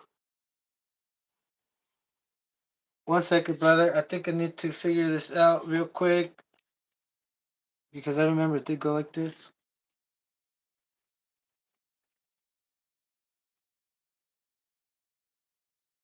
Yeah.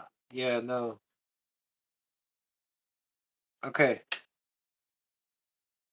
Take one of these out.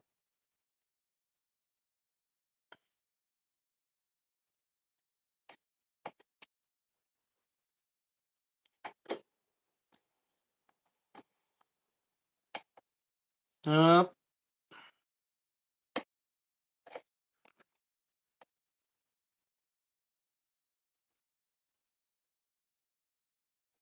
Yep. I think I got it. But I need to put a smaller shim. I mean, I don't know why the geometry or the clearance changed for some reason, but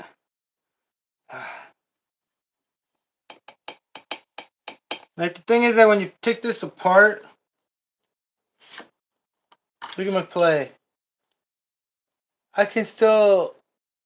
I mean, I don't have to. It's fine. It's fine, right? It's not. It's not like it's gonna be bouncing back up and down. You know, as long as that I'm tightening it and that that there is material for when I tighten it. It's above the crankshaft, and that material is gonna force anything that's touching, and it's supposed to spin with the crankshaft, right?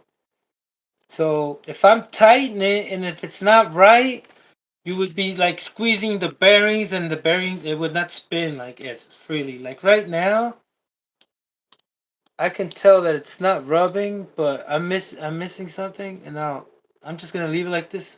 I mean, it's not like if it's going out a lot, like you can see. Look at that. I mean, you'll see what I mean, but maybe I should. Let me see what happens when I.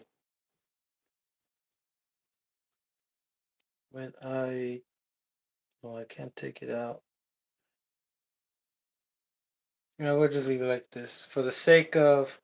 I mean, I'm just thinking that's like I always do. I want to be perfectionist and make it like 1 millimeter tight, or but this is fine. This is fine. Okay, we're gonna proceed.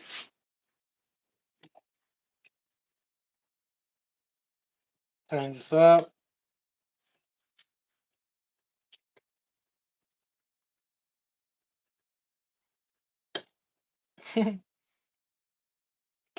Alright.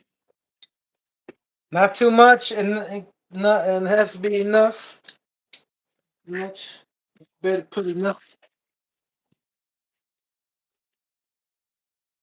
Yeah, that's fine. I mean, it is gonna be going back and forth. I'm not gonna have this on idle on the video. It's gonna be left, right, left, right, left, right, left, right. The only time it's gonna stop for more than 2 seconds is if I have to refuel. I'm gonna have to get somebody to refuel for me. I'm gonna have to get one of those bottles, like on the race, on the races. You know, when you have a pit stop. That's it. One done. Look, there's a washer here. I just found it. Hmm. Anyway, whatever. No. Oh man, I almost tried to start, doing that, but that's fine. Next time I do it on my own time and make that little bit. You know, somebody said it's perfect. It's good. I know that, but sometimes you just have like you're just used to things doing it a certain way, and if you don't do it, you just don't let yourself do it. Part of the what do you call it? Uh, the routine, your programming, the way you do things, your habit, your ways. Okay, brother. Let me. I'm a little conscious about this. Try to clean my table earlier, especially because got a lot of metal shavings. Right, so I don't need this. It's in my way.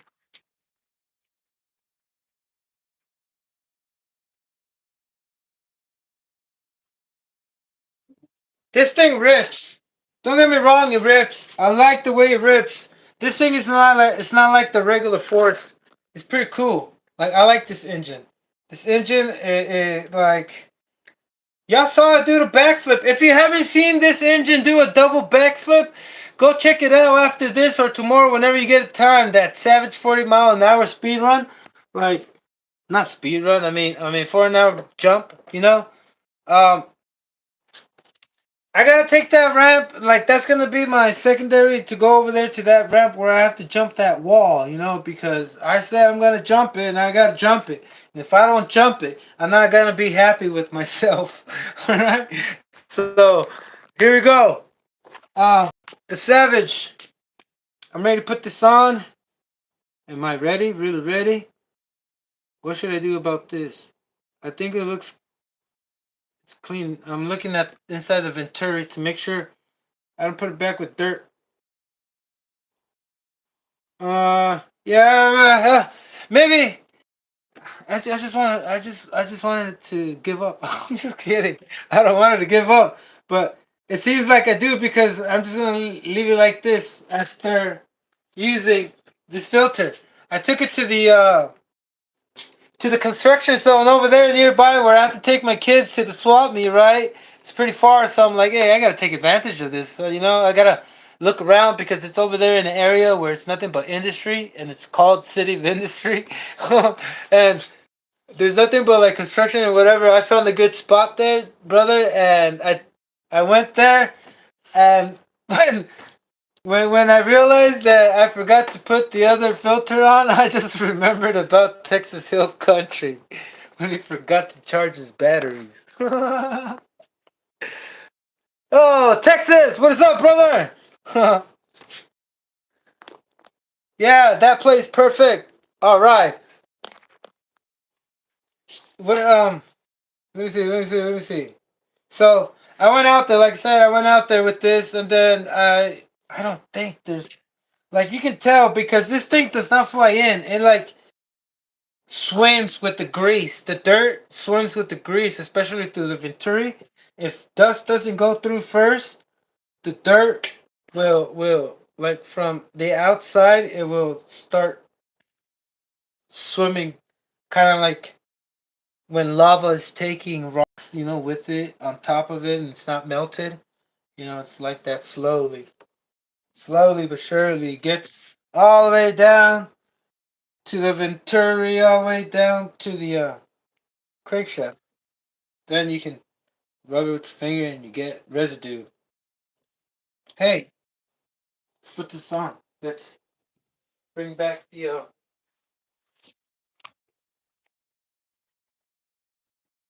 Manic. Manic, raise it up. Here we go. I didn't show how I did this earlier. I just started talking about it, but then I jumped into something else about how I mounted this thing with the Savage engine mounts. I got the Savage engine mount. Luckily, I was able to just go off of by one that it's already there by the factory manufacturing by its the way it's designed. So what I did was I just put a screw to hold that on there, and then I just held it like that with everything else. And that's when I realized that I had to extend the clutch bell, and then I had to what else? I don't know what else, but it took me a while to decide to do it already. And then luckily it didn't come out as bad. But check it out. I did that. Then from there, I made extra holes. One, two, three, four with the Dremel. Right. Later, if I need to like gear up or gear down, whatever. If I need more room, because I'm already to the limit from the right. Because if you can see, right here on the carburetor, I had to make clearance, so shave some off and make clearance because it was just too a little bit too big, And that's one of the concerns that I have with other engines is that some of the engines have a uh this thing extends more out here, the carburetor housing or body, the carburetor body. It's longer, like for buggies or for on-road engines or anything else, Because check it out, brother, right here. I'm gonna do this for my Fusion. I mean, my Fusion, my 110 scale on-road Fusion, and my 110 scale Menace. Right. This is the Manic. This Manic already has. So I can start it with the bump start engine. Right. Check it out. So all I gotta do is just make more space, a little bit bigger, and I can use a bump start engine. But first, I gotta make sure that these drive pins and the drive train or this whole um yeah the drive shafts and everything else, the diffs, everything's not gonna break because I know these are ball diffs, right? And I also have to break all this down so I can reconstruct. I mean, reassemble it and check everything and then make sure I don't have any bad bearings, which I don't think so. Everything seems to be fine. Now I'm more conscious about it. In the beginning, I was trying to do speed runs with my 28 Fusion and it had bad bearings. Like when I took that out, when I took the bearings out, I had a bad bearing, and that thing just ate up the whole housing of the diff because it's plastic, and that's what happens with these Schumachers, is that there's a lot of plastic, and the diffs are bald, and not just that, they wear out with use. So basically, you gotta keep tightening them practically and tightening them, and like the more you use them, the more you gotta tighten it because there's always slippage. Because it has ring on the.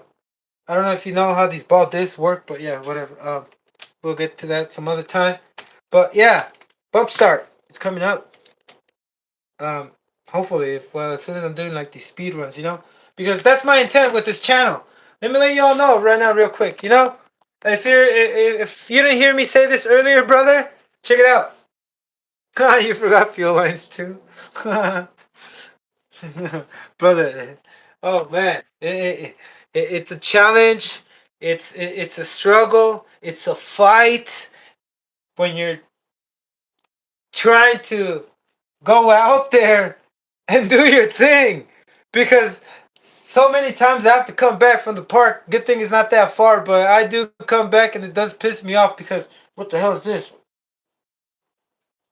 Oh, maybe I've been sneezing. Let me wipe this off, brother. I just noticed this thing. All right, is it gone? All right, so yeah, it does piss me off when I have to come back and friggin', because I forgot a glow plug, I forgot a glow igniter, I forgot my uh, batteries, I forgot the starter. That's why. Whoa, that's why I want to keep on rocking with the pull starts. It's not inconvenient. It's the most convenient thing you can do. The only problem is that sometimes, like I've messed up these things because you had to preheat your engine. You know, the engine was too hard to start because of the pinch of compression, and then you couldn't, like, I never helped it out. You know, and ever since I started helping out the engine, because I gotta first make sure if it does need heating. You know, like if I'm able to do this, like right now, this it's not normal. It's because it's cold because it's been sitting and it's pretty cold. You know, and it's but once I put a little bit of heat or I start it and I turn it off and I start it again, it's not gonna be this difficult and it's gonna slip a lot, especially when they're old. You know, the one way bearing, even if you had a new one, it won't grab onto the starter shaft. But yeah, um, this engine, like I said, luckily the body of the carburetor from this side isn't that wide, so I can fit it on right. See that? You know, it's like perfect. And then the clears, you see the clears? Oh, what am I doing? It's down there. I don't know if you see the clears right there on the clutch belt on the spur gear and the belt. It's almost touching. I don't know if you see that. Yeah. All right. So luckily, like I said, plenty of times, the I was able to do this in a matter of time. That it didn't take me like, and that I didn't give up on it because even though if I have to set it off for another day because I don't have a part, that still breaks me down. Like it makes me feel uncomfortable. You know what I mean? It makes me feel uncomfortable. Like when I start a build or when I start this or something like this, like I want to do it as fast as possible because I can't sleep thinking about like ideas, what to do to it. Should I do this? Should I do that? But then I finish it and I use it, and then I want to change something. That's how I keep myself moving with my RC cars. You know, it's just after I do this, fix the belt, run it, bring it back, and put a different engine, and then take it and see how fast it go. Maybe measure each document how fast it can take each engine on a different platform. I don't know because I got a long ways to go. This is only the beginning, brother. This is not even the first paragraph of my chapter out of the whole book. But who knows? But anyway, let's put this on. I'll put this just for sake so I don't get anything in there. But for sure I'm not gonna leave it on there anymore. Um is there anything I need to put on before I put on what I need to put on? Yes.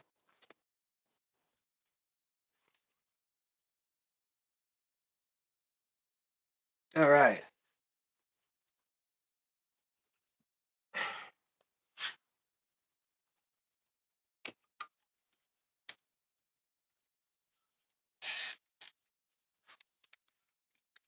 I just felt like Rambo for a second.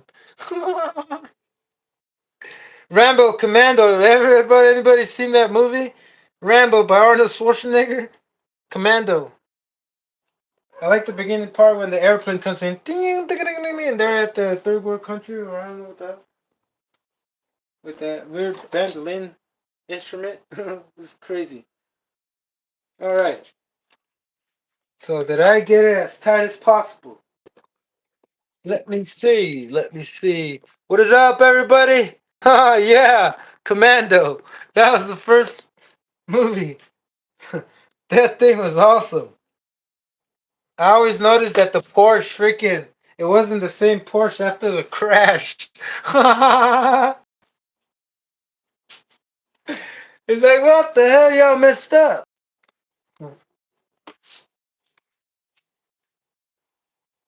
And oh man, a lot of people caught that. I wasn't. Our household wasn't the only one that caught the Porsche wasn't the same Porsche when it tipped over and tried to like do was it a hill? Yeah, it was a hill. Yeah, they were not racing, they were chasing each other. All right, brother. Let me put this on because I don't feel like I'm falling behind. I just want to make sure I get all this and y'all can check it out because tomorrow, I haven't put a video out in a minute, and I noticed that, and it did make me feel like I had to do it. It's kind of like my necessity. Not my necessity, but it's my hobby, right? Something I enjoy doing.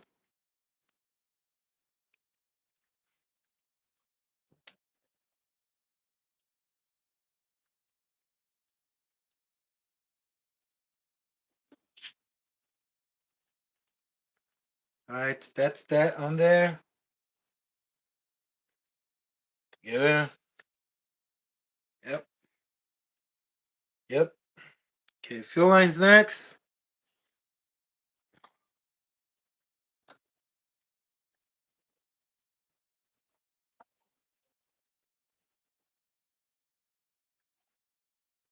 I'll start tripping. You'll notice when I start tripping,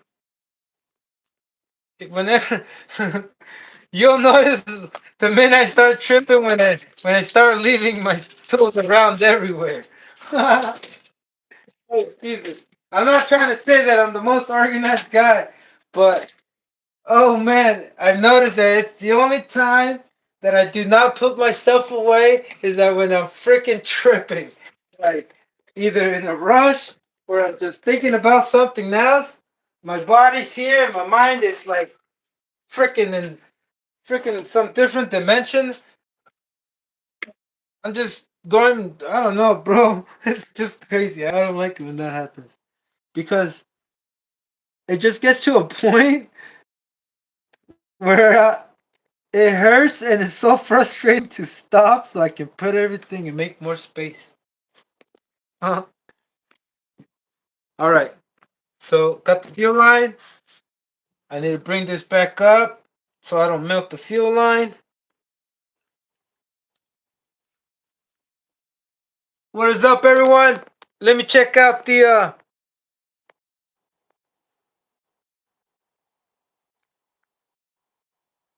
those bearing installers and movers, they do come in handy when you don't want to freaking overheat your engine over 300 degrees.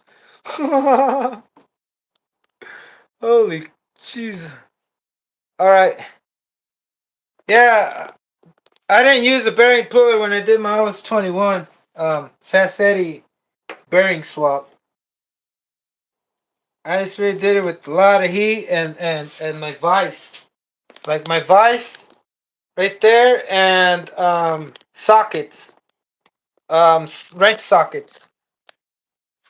And what else? I can't remember what else. Yeah, I think it's just wrench sockets. Um, I'm gonna get to rip pinching soon, but for now, let me just finish this. All right, what's next? Okay, let me see if I have anything else before I mount the engine in. I mean the engine mount. Um, nope, nope, nope, nope. Let's do this. Put this on. I put on.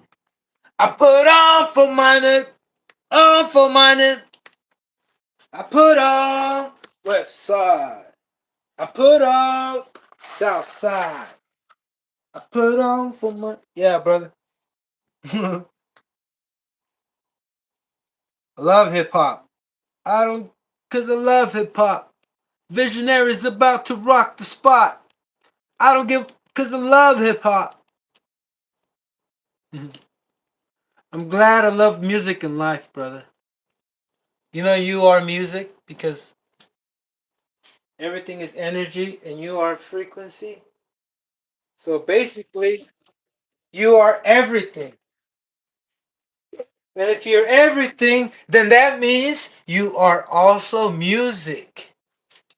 Gotta be careful what you listen to, brother.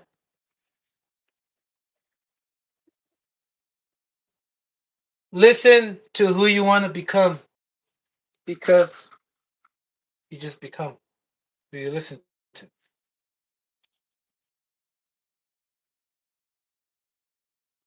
Okay, there's one that it doesn't need a washer. This is wrong. What am I doing? Yeah.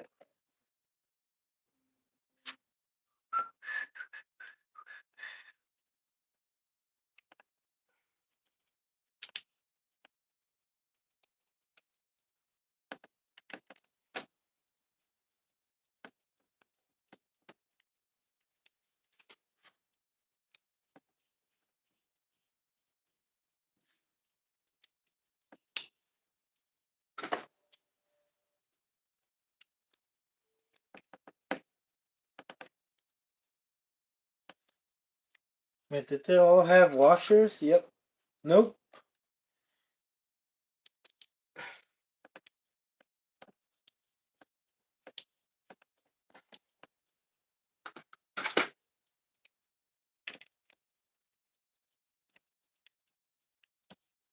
So I can have a little washer with this one, but should I put it on? We'll check at the end. After I tighten up these three, then because it's kind of a little struggle to the mesh. You don't have to adjust much because it doesn't give you much room. But like, I love it when you can see your mesh. Not like the damn Savage. Y'all know what I'm talking about? The T Max. You can't even see the damn mesh. And then especially when you have the 32 pitch one. Oh Jesus! This thing like I can taste the mesh. So what I'm gonna do right now is just check the mesh, hold it. Y'all hear that?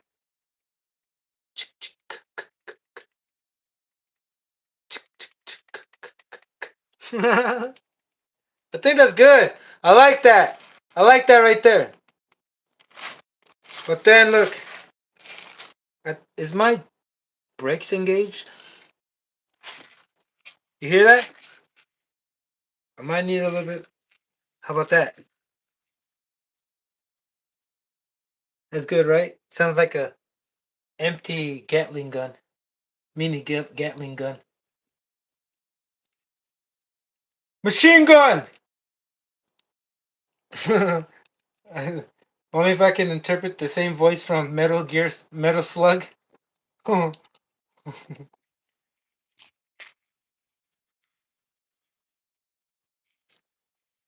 So what I'm thinking is that since I have a lot of surface area with my gears, with my mesh, um, that's why it sounds like it has 1.5 gears, 1.5 M, or yeah, M 1.5. But I got ones. Why? M1, Smart 1. All right, so what's next? What is next? Next thing to do is to secure the engine on the chassis. And how am I going to do that? By tightening these three. And I got to put a washer there that's not so wide so I can cover more and get more contact right there under the chassis. Because right now, if it looks like the screw, like if I only had this screw on, my engine would just, the screw would just go through the chassis. You know what I mean? Because I had to um, grind it off so I can scoot it more this way, but I wasn't so precise. Only if I had a machine, right? Cut it evenly so I can give more leverage to slide it back and forth sideways. But since Ever doesn't want to invest or wants to spend money on high tech, not wizardry, but high tech stuff, like. But first, I gotta go to school.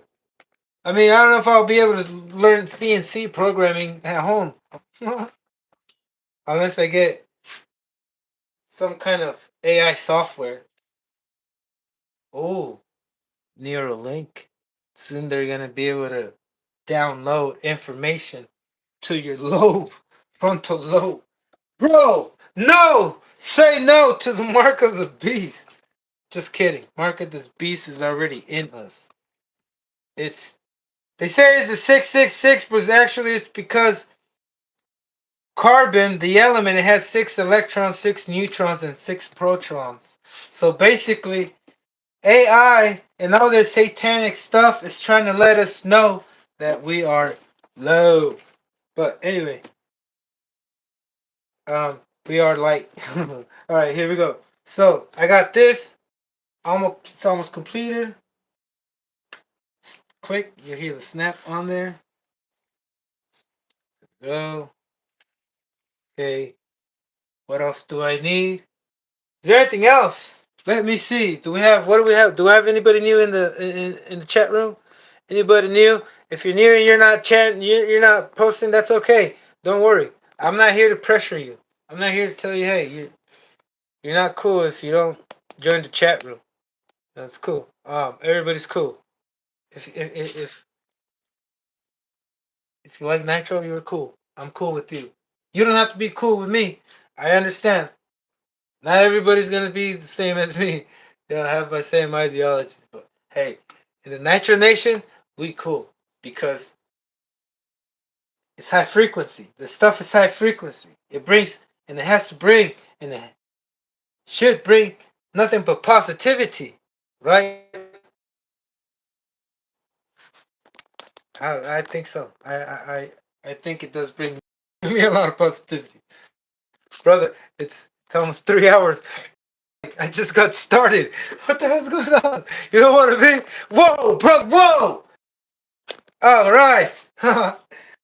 um, Figaro. I'm just a little worried that I'm gonna run out of breath. Maybe tomorrow, cause I don't really talk this much. Maybe forget it. Okay, let me just take a quick look at it, brother, because I need to check that I got everything. And maybe I should do that off camera so I don't waste so much time. All right. Okay, I gotta switch these shocks. Good thing this thing just pops off. You know, the other day I was at the again talking about the work zone, construction work zone. This thing popped out and I started tripping out because I didn't have any more zip ties. So I thought that, hey, look, you probably squeezed it too much to be able to pop it back in. Now you gotta take it out and somehow figure out how to open it or extend it back again so you can pop it back in. But then you didn't have to do that because when you tried the first time, just pop back in. And I was like, yes.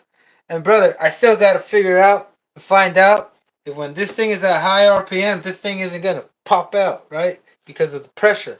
But man, only if I knew all these formulas and what to do with these numbers, I'll be able to modify this like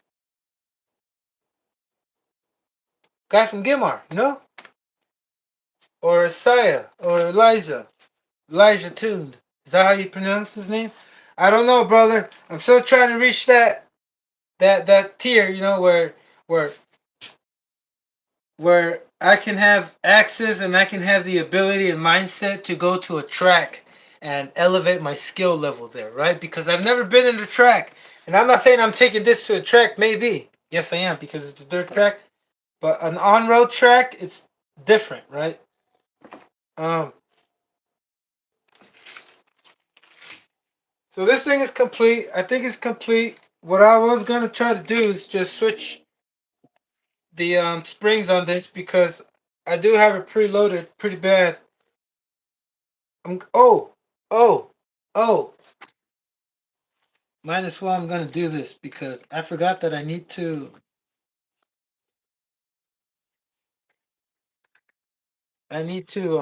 raise up raise up Body mounts. North Carolina, raise up, take your shirt off. Spin around like a helicopter. Oh, I can't wait till I get to those helicopters, brother. What am I talking about? What am I talking about, brother? Right there. That one is complete. But they're old school. I don't know if I'll get them running. I mean, I do have the electronics. My neighbor gave me, he called me the other day. Like, this is what happened. I was outside, giving my neighbor, giving my neighbor his T-Max spec that I repaired, you know. Soon we're gonna have a little video. I was ripping his son and him out there at the park ripping, But hear me out, real quick. I was out there ripping, and then one of my neighbors knows that I do a lot of nitro, so he called me out. He's like, "Hey, come over here." And I thought he wanted me to check out his stuff because he did mention that he had some nitro stuff. They wanted me to check out, and I thought he wanted me to fix it, right? Like work on it. But nah.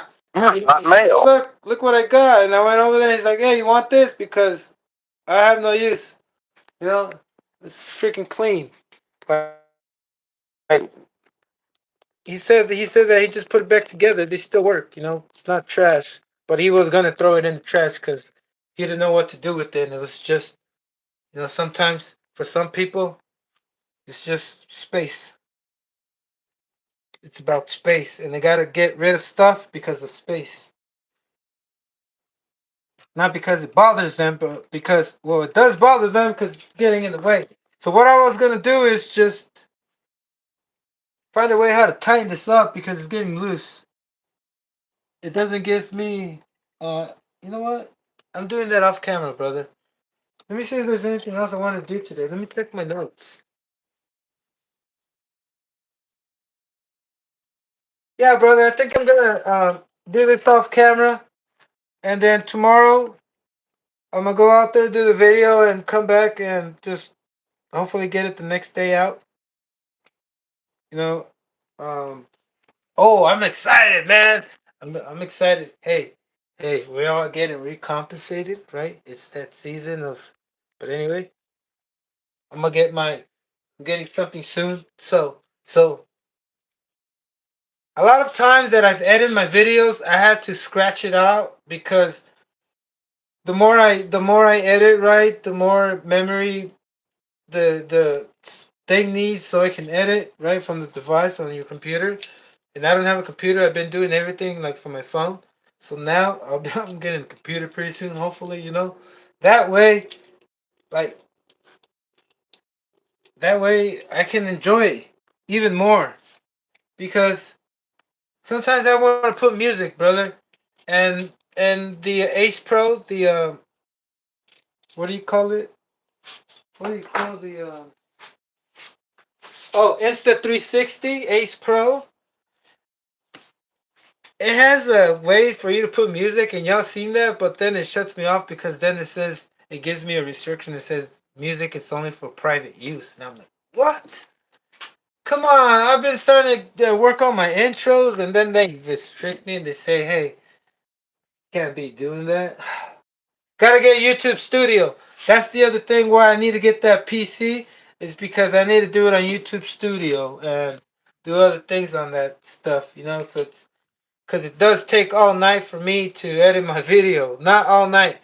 For it to process all night after I edit my videos, then I have to process it, and that processing takes up to 7 hours. And usually I do that overnight when I come home from work. I leave it there, and then when I wake up, it's done and saved on my phone. And then after that, I have to upload it on YouTube, which takes another, depending on the time and on what scale, right?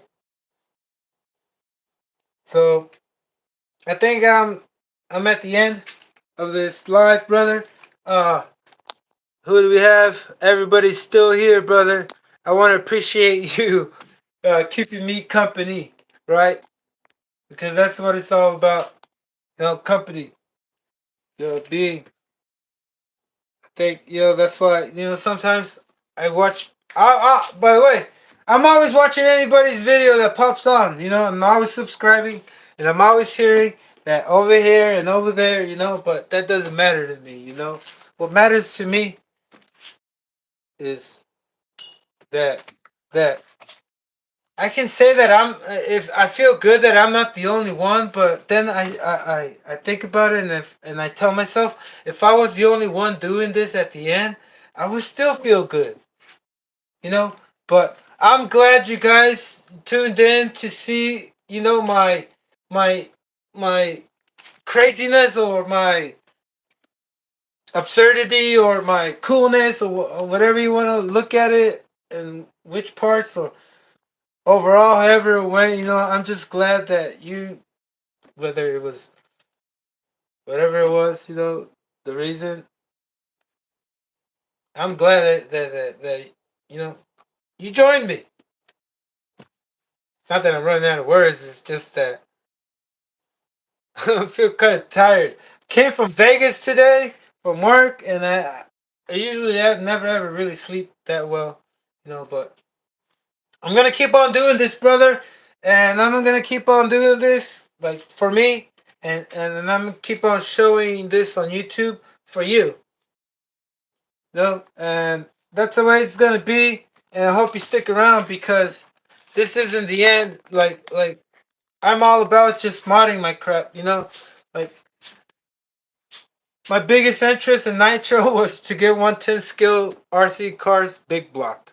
Like for example, let me show you. Um, One of my fusions. Or did I announce that this whole month I'm gonna be doing my fusions? Like as soon as I do what I want to do with this and I'm happy for a minute, before I start buying brand new shocks, you know, after I get, have fun with this, and show you all what if it breaks, if this is too much power or whatever, all the stuff that has to do with how it performs, if it can last, how high can it jump before it breaks, how fast can it go before it breaks, what kind of terrain can it go, because it's it's it's not a monster truck, and it's kind of like a buggy, but not really. Like it's a wannabe buggy. I don't know what it wants to be. It's in the middle of everything. Like, it's just made to be driven mad. It's a mad machine. It's a manic. Um, I don't know, like its purpose or intent for because it's just for bashing. But then you want to send it, and then it's something you shouldn't do. But this is what I just want to say. Schumacher season. Where's my face? Shoe. Oh, all right, there we go. Hey, what happened here? Oh, it's getting. All right, are we live? So it's Schumacher season. I'm gonna show you all showcase. One of the videos I'm gonna showcase every Schumacher and the engine it has on it because there's seven of them, eight, nine, and then just RC the cars on road ones, but the trucks. I got a menace. I mean, a rascal 118 skill that I want to do a build live. I got a XRT that I want to do live. A big six that I want to fix repairing. Switch a different engine on it because all you can do is put a Pro 21. This one, I like this one. This one shouldn't fit on this because, like, literally, but me, for the sake of aerodynamics, I don't want any air going through, and I also want to seal the bottom of it like a speed run, right? Kind of like I did with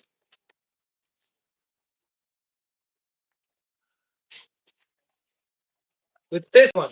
So I'm going to keep searching at a good location where I can speed run these because right there on my street, it's just I can't do that.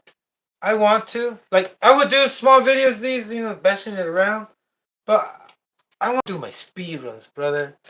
I really want to do my speed runs, bro. I want to do them. I want to get this to 100 miles an hour, bro. This thing already does. It's supposed to do 80, brother. Supposed to do 80. I got the. You can put any other engine. Bump start. I'm thinking about doing the bump start. Getting carbon fiber and doing a carbon fiber chassis so I can make room so I can do the bump start and put something. You know, because unless I want to single gear it, once I single gear it, I won't have to use bump start unless I want to exceed the power. Because with the bump start engine, you're basically doing that with the point 21, so you can get more RPM, right? So you don't have to drive the back plate for the starter. So bump start engines are more for like RPM wise or torque. It could be for torque too, but usually bump start engines are 21s. Most of them. Um, yeah, I want to bump start this if that's gonna give me any speed later, if I need to, but not now because I haven't even reached 80 miles an hour with this on this chassis, and it's really complicated because this, as age it is, you always got to check the the ball diffs. This thing crashed on me on the last video, the 60 mile an hour crash. Now that I have it right now, and the only reason why it crashed on me is because the torque for the front wheel drive started slipping because the ball diffs were loose, right? And they were loose. Usually I have them locked all the way, and when I saw it, like, you can hold this wheel and these wheels will spin. Then they're it doesn't have a center diff. They're not supposed to, like, if you hold these, the bottom ones can't be spinning, right? So I noticed that that's the reason why, it just like all of a sudden, like if it just switched to rear wheel drive only, right? And at that high speed and everything else, obviously this thing is just gonna go like just slide off, right? And I mean, that's why it crashed. But I was on a good roll. I was on a good streak, like in not crashing. You know, the only way I would ever crash is if I was walking away, if I was walking from the driveway or something. Something minuscule, something insignificant, something you say like, how the did I break it? Trying to get to the spot, or how did I break it with my foot? Or just losing connection. But I can't wait. I just can't wait to get to the point where I have a location and I can go there without hesitation. And just send them. Just send them. Send them so they can transcend to a different dimension. You know what I mean? Be like, whoa, what the, bro? You ever see these things go 80 miles an hour? It's not the same as an electric car, or it's not the same as a bigger scale car. These things, they fucking disappear. And the worst thing of them all is because it makes you feel like when you see a little rat just zoom by, you're like, whoa! It gives you like this weird like shock, you know. But then the control of it, when you get your control of it, man, it's a blast. It's a blast for me to see these things just go high speed, you know. Also the bashing, ever since I started recording, I started enjoying more the essence of bashing at close range, right? Because for me it was always, hey, over there. It was more like kind of like if I was trying to start some kind of parade, right? You know what I mean? Like trying to close off the streets and because of a damn parade. But brother, I think I've gotten to the point where I'm just gonna say, hey, it's been a wonderful time. I know I was saying my goodbyes earlier, but I think I'm gonna say my goodbyes now. Not goodbye for now. I mean, I gotta say goodbye for now, but not for forever, forever. Um, Let me just take a couple seconds to see if there's anything else I want to add on before I go away. But not forever. Um, yeah, can't wait till y'all see what this does. I already saw. I already, like I said, I already went to the bashing place, and I already and I liked it. I did. I liked the way it performed. I liked the way it just maneuvered. It could be better. You know, better wheels, bigger tires. You know, a little bit more power. It could be better. But for now, this thing, check it out. Look at this contraption. Like, oh man, I'm really proud of this. I'm glad, not proud. I'm just glad that I was able to like not make it into so many bunch of different pieces where it's gonna be leaking, right? And for sure, I know that does not leak because check it out. Yo, remember I showed you that these things come out, right? And obviously there's a gap when you put them in, right? It's not tight sealed. So when this thing is running, I turn it off. It shuts off. It shuts off, brother. There's enough, like, I don't know, but it shuts off. I mean, I don't even know if that makes if it makes a difference or anything, bro. I'm just saying, brother. I'm just saying. Um, I'm glad it's not leaking from there. Oh yeah, yeah.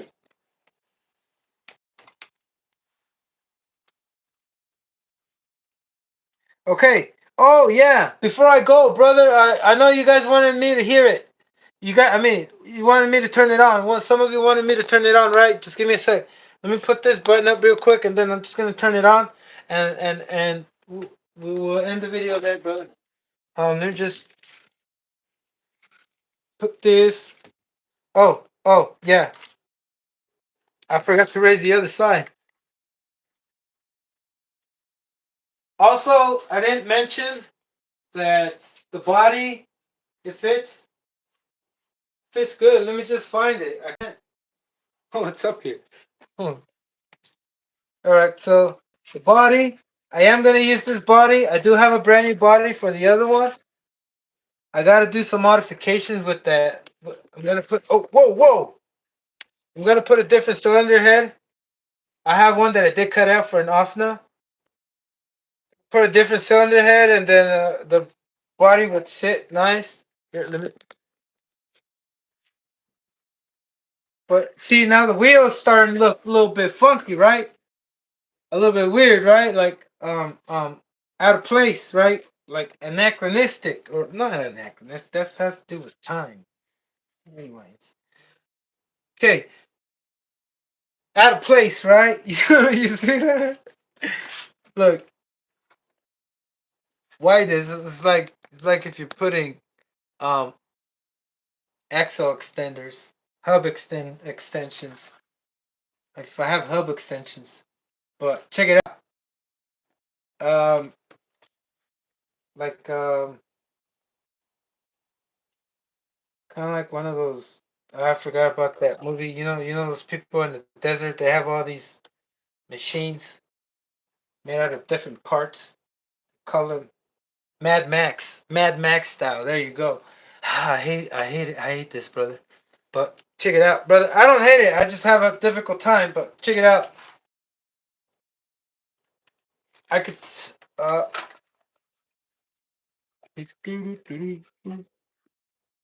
Wait. Yeah, it's not gonna. Damn Sunday. Okay, check it out. The back's gonna be lower, but you'll see that tomorrow. Let me put this. Let me start this for y'all. That way we can finish off the video here. Do I sound loud and clear? Clear. Get it clear. Clear. See, I left all of this stuff out here. All right, brother.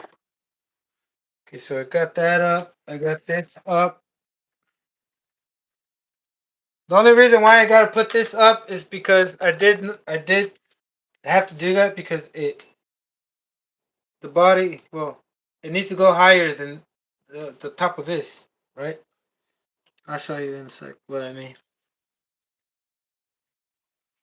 So since it's when it was lower, oh, what the hell happened there? Didn't I tighten it? Okay, this one's tight. So now it's on top. The body will sit on top of this.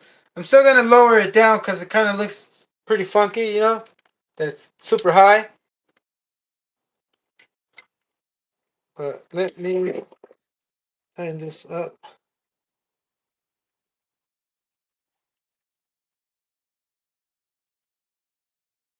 Yeah, they're not even.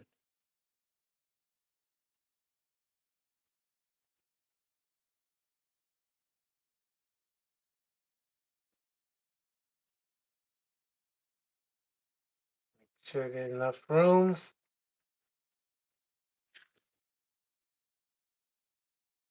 Only if I can mount it to on the other side. It's because it's mounted right where it has plastic. But all right, let's get started with this.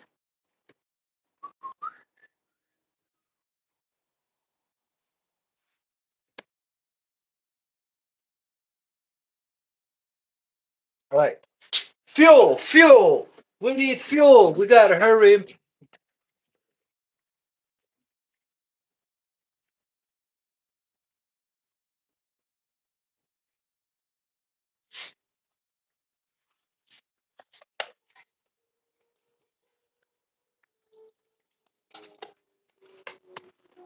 I keep thinking about dinner.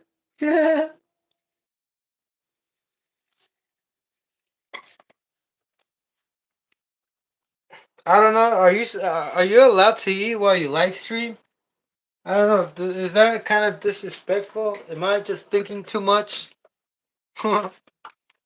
Yeah, brother, fire in the hole. It's time to choke with some smoke. Chill, brother. Chill. That's what I'm talking about. Willis.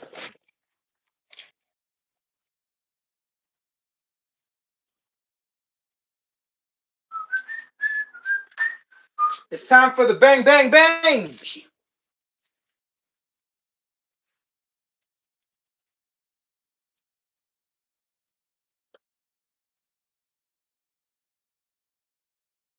Oh yeah, I never finished saying about this Porsche, right? Look, um, we'll do it in a different video. Oh Jesus, what is wrong with? So,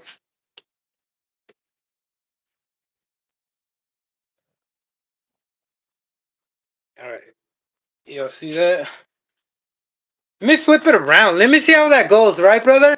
Let me try that. Hopefully that. Now I'm using the rear camera.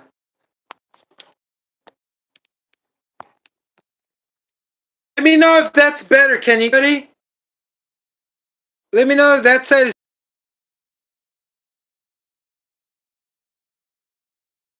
Here we go. All right. First thing I gotta do is prime the Prime Minister of Malaysia.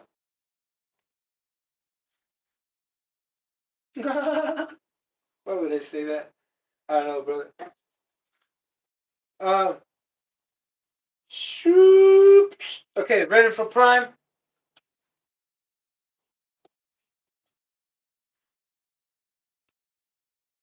So every time I prime, first thing I do, let me see if I'm still connected. I'm gonna keep doing this back and forth. All right. Oh, Desmond Cleaner, thank you. Thank you, Texas. I guess I'm gonna have to do like that. The only thing, oh, now I get why everybody has a tablet or an iPad right here next to them, so they can see the live chat and they can do the live stream with the rear camera. All right, brother. Thank you. I thought it was gonna be a little bit more laggier because it was gonna require more internet speed. But like I said, I'm limited. I can't exceed. Okay. Every time I prime, right, I open it wide open, make sure I can see inside, and I let it in. Oh, whoa, whoa! Make sure you put this back before you start spilling everything. All right, let it in. Give it a couple cranks.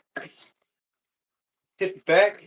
You don't have to do all that, brother. Just give it a couple cranks. And you see that? You see how it's slipping right now? I always loosen it up and then give it cranks after I loosen it up. Where are my? Loosen up the glow plug.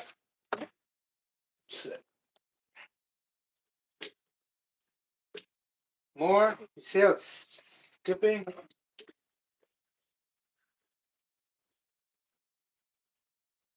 Also, it's the reason why I use pull starts because if you had a situation like this where it's flipping and you're out there trying to use the rotor start's gonna spin too fast and it's not gonna give you time to catch a little bit like this because if it's slipping like on a rotor start with a pull start, you can pull it a little bit so you feel it when it catches on.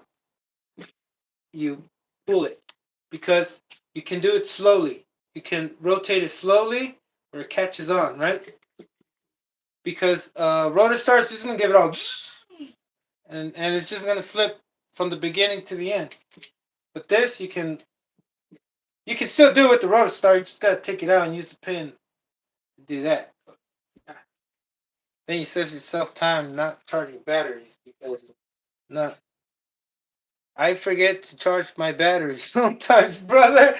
Hey man, what happened? Or I forget my remote. Where's my remote? Or I take the wrong remote. Damn, damn. I shouldn't have said anything. Maybe it's gonna happen to one of you guys next time you guys go out running. Hopefully not. I take it back.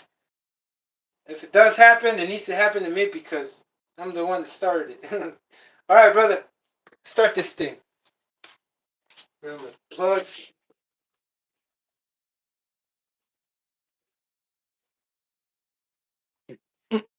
Mm, mm, mm.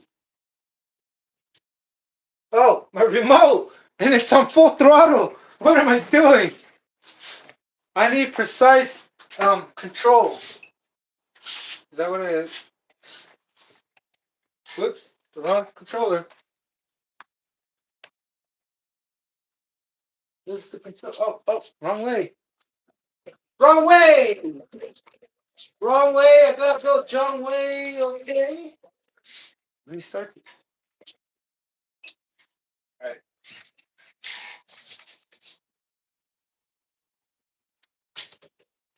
Um, I want that to pop out.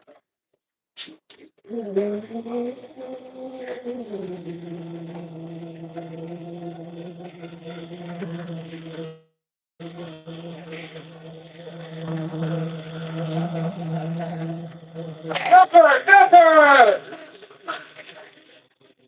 I breathe it in. I'd rather have the beer go inside me. Like, hey, ready to what?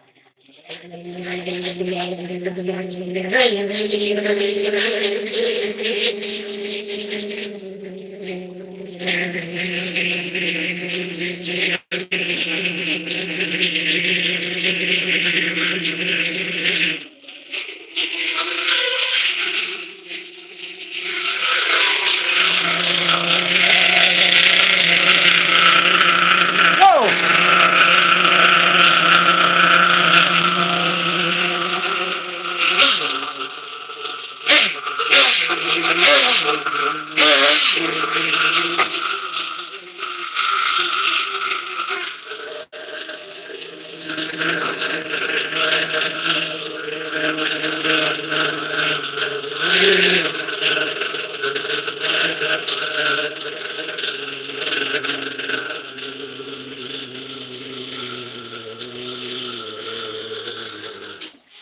Yeah!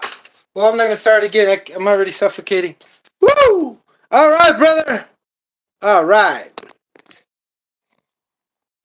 Okay, so y'all hear that? Inconsistent pops. That's due to these engines that they're at their almost, how should I say it? At their end. They're almost at their oh my god, I don't know how to say it.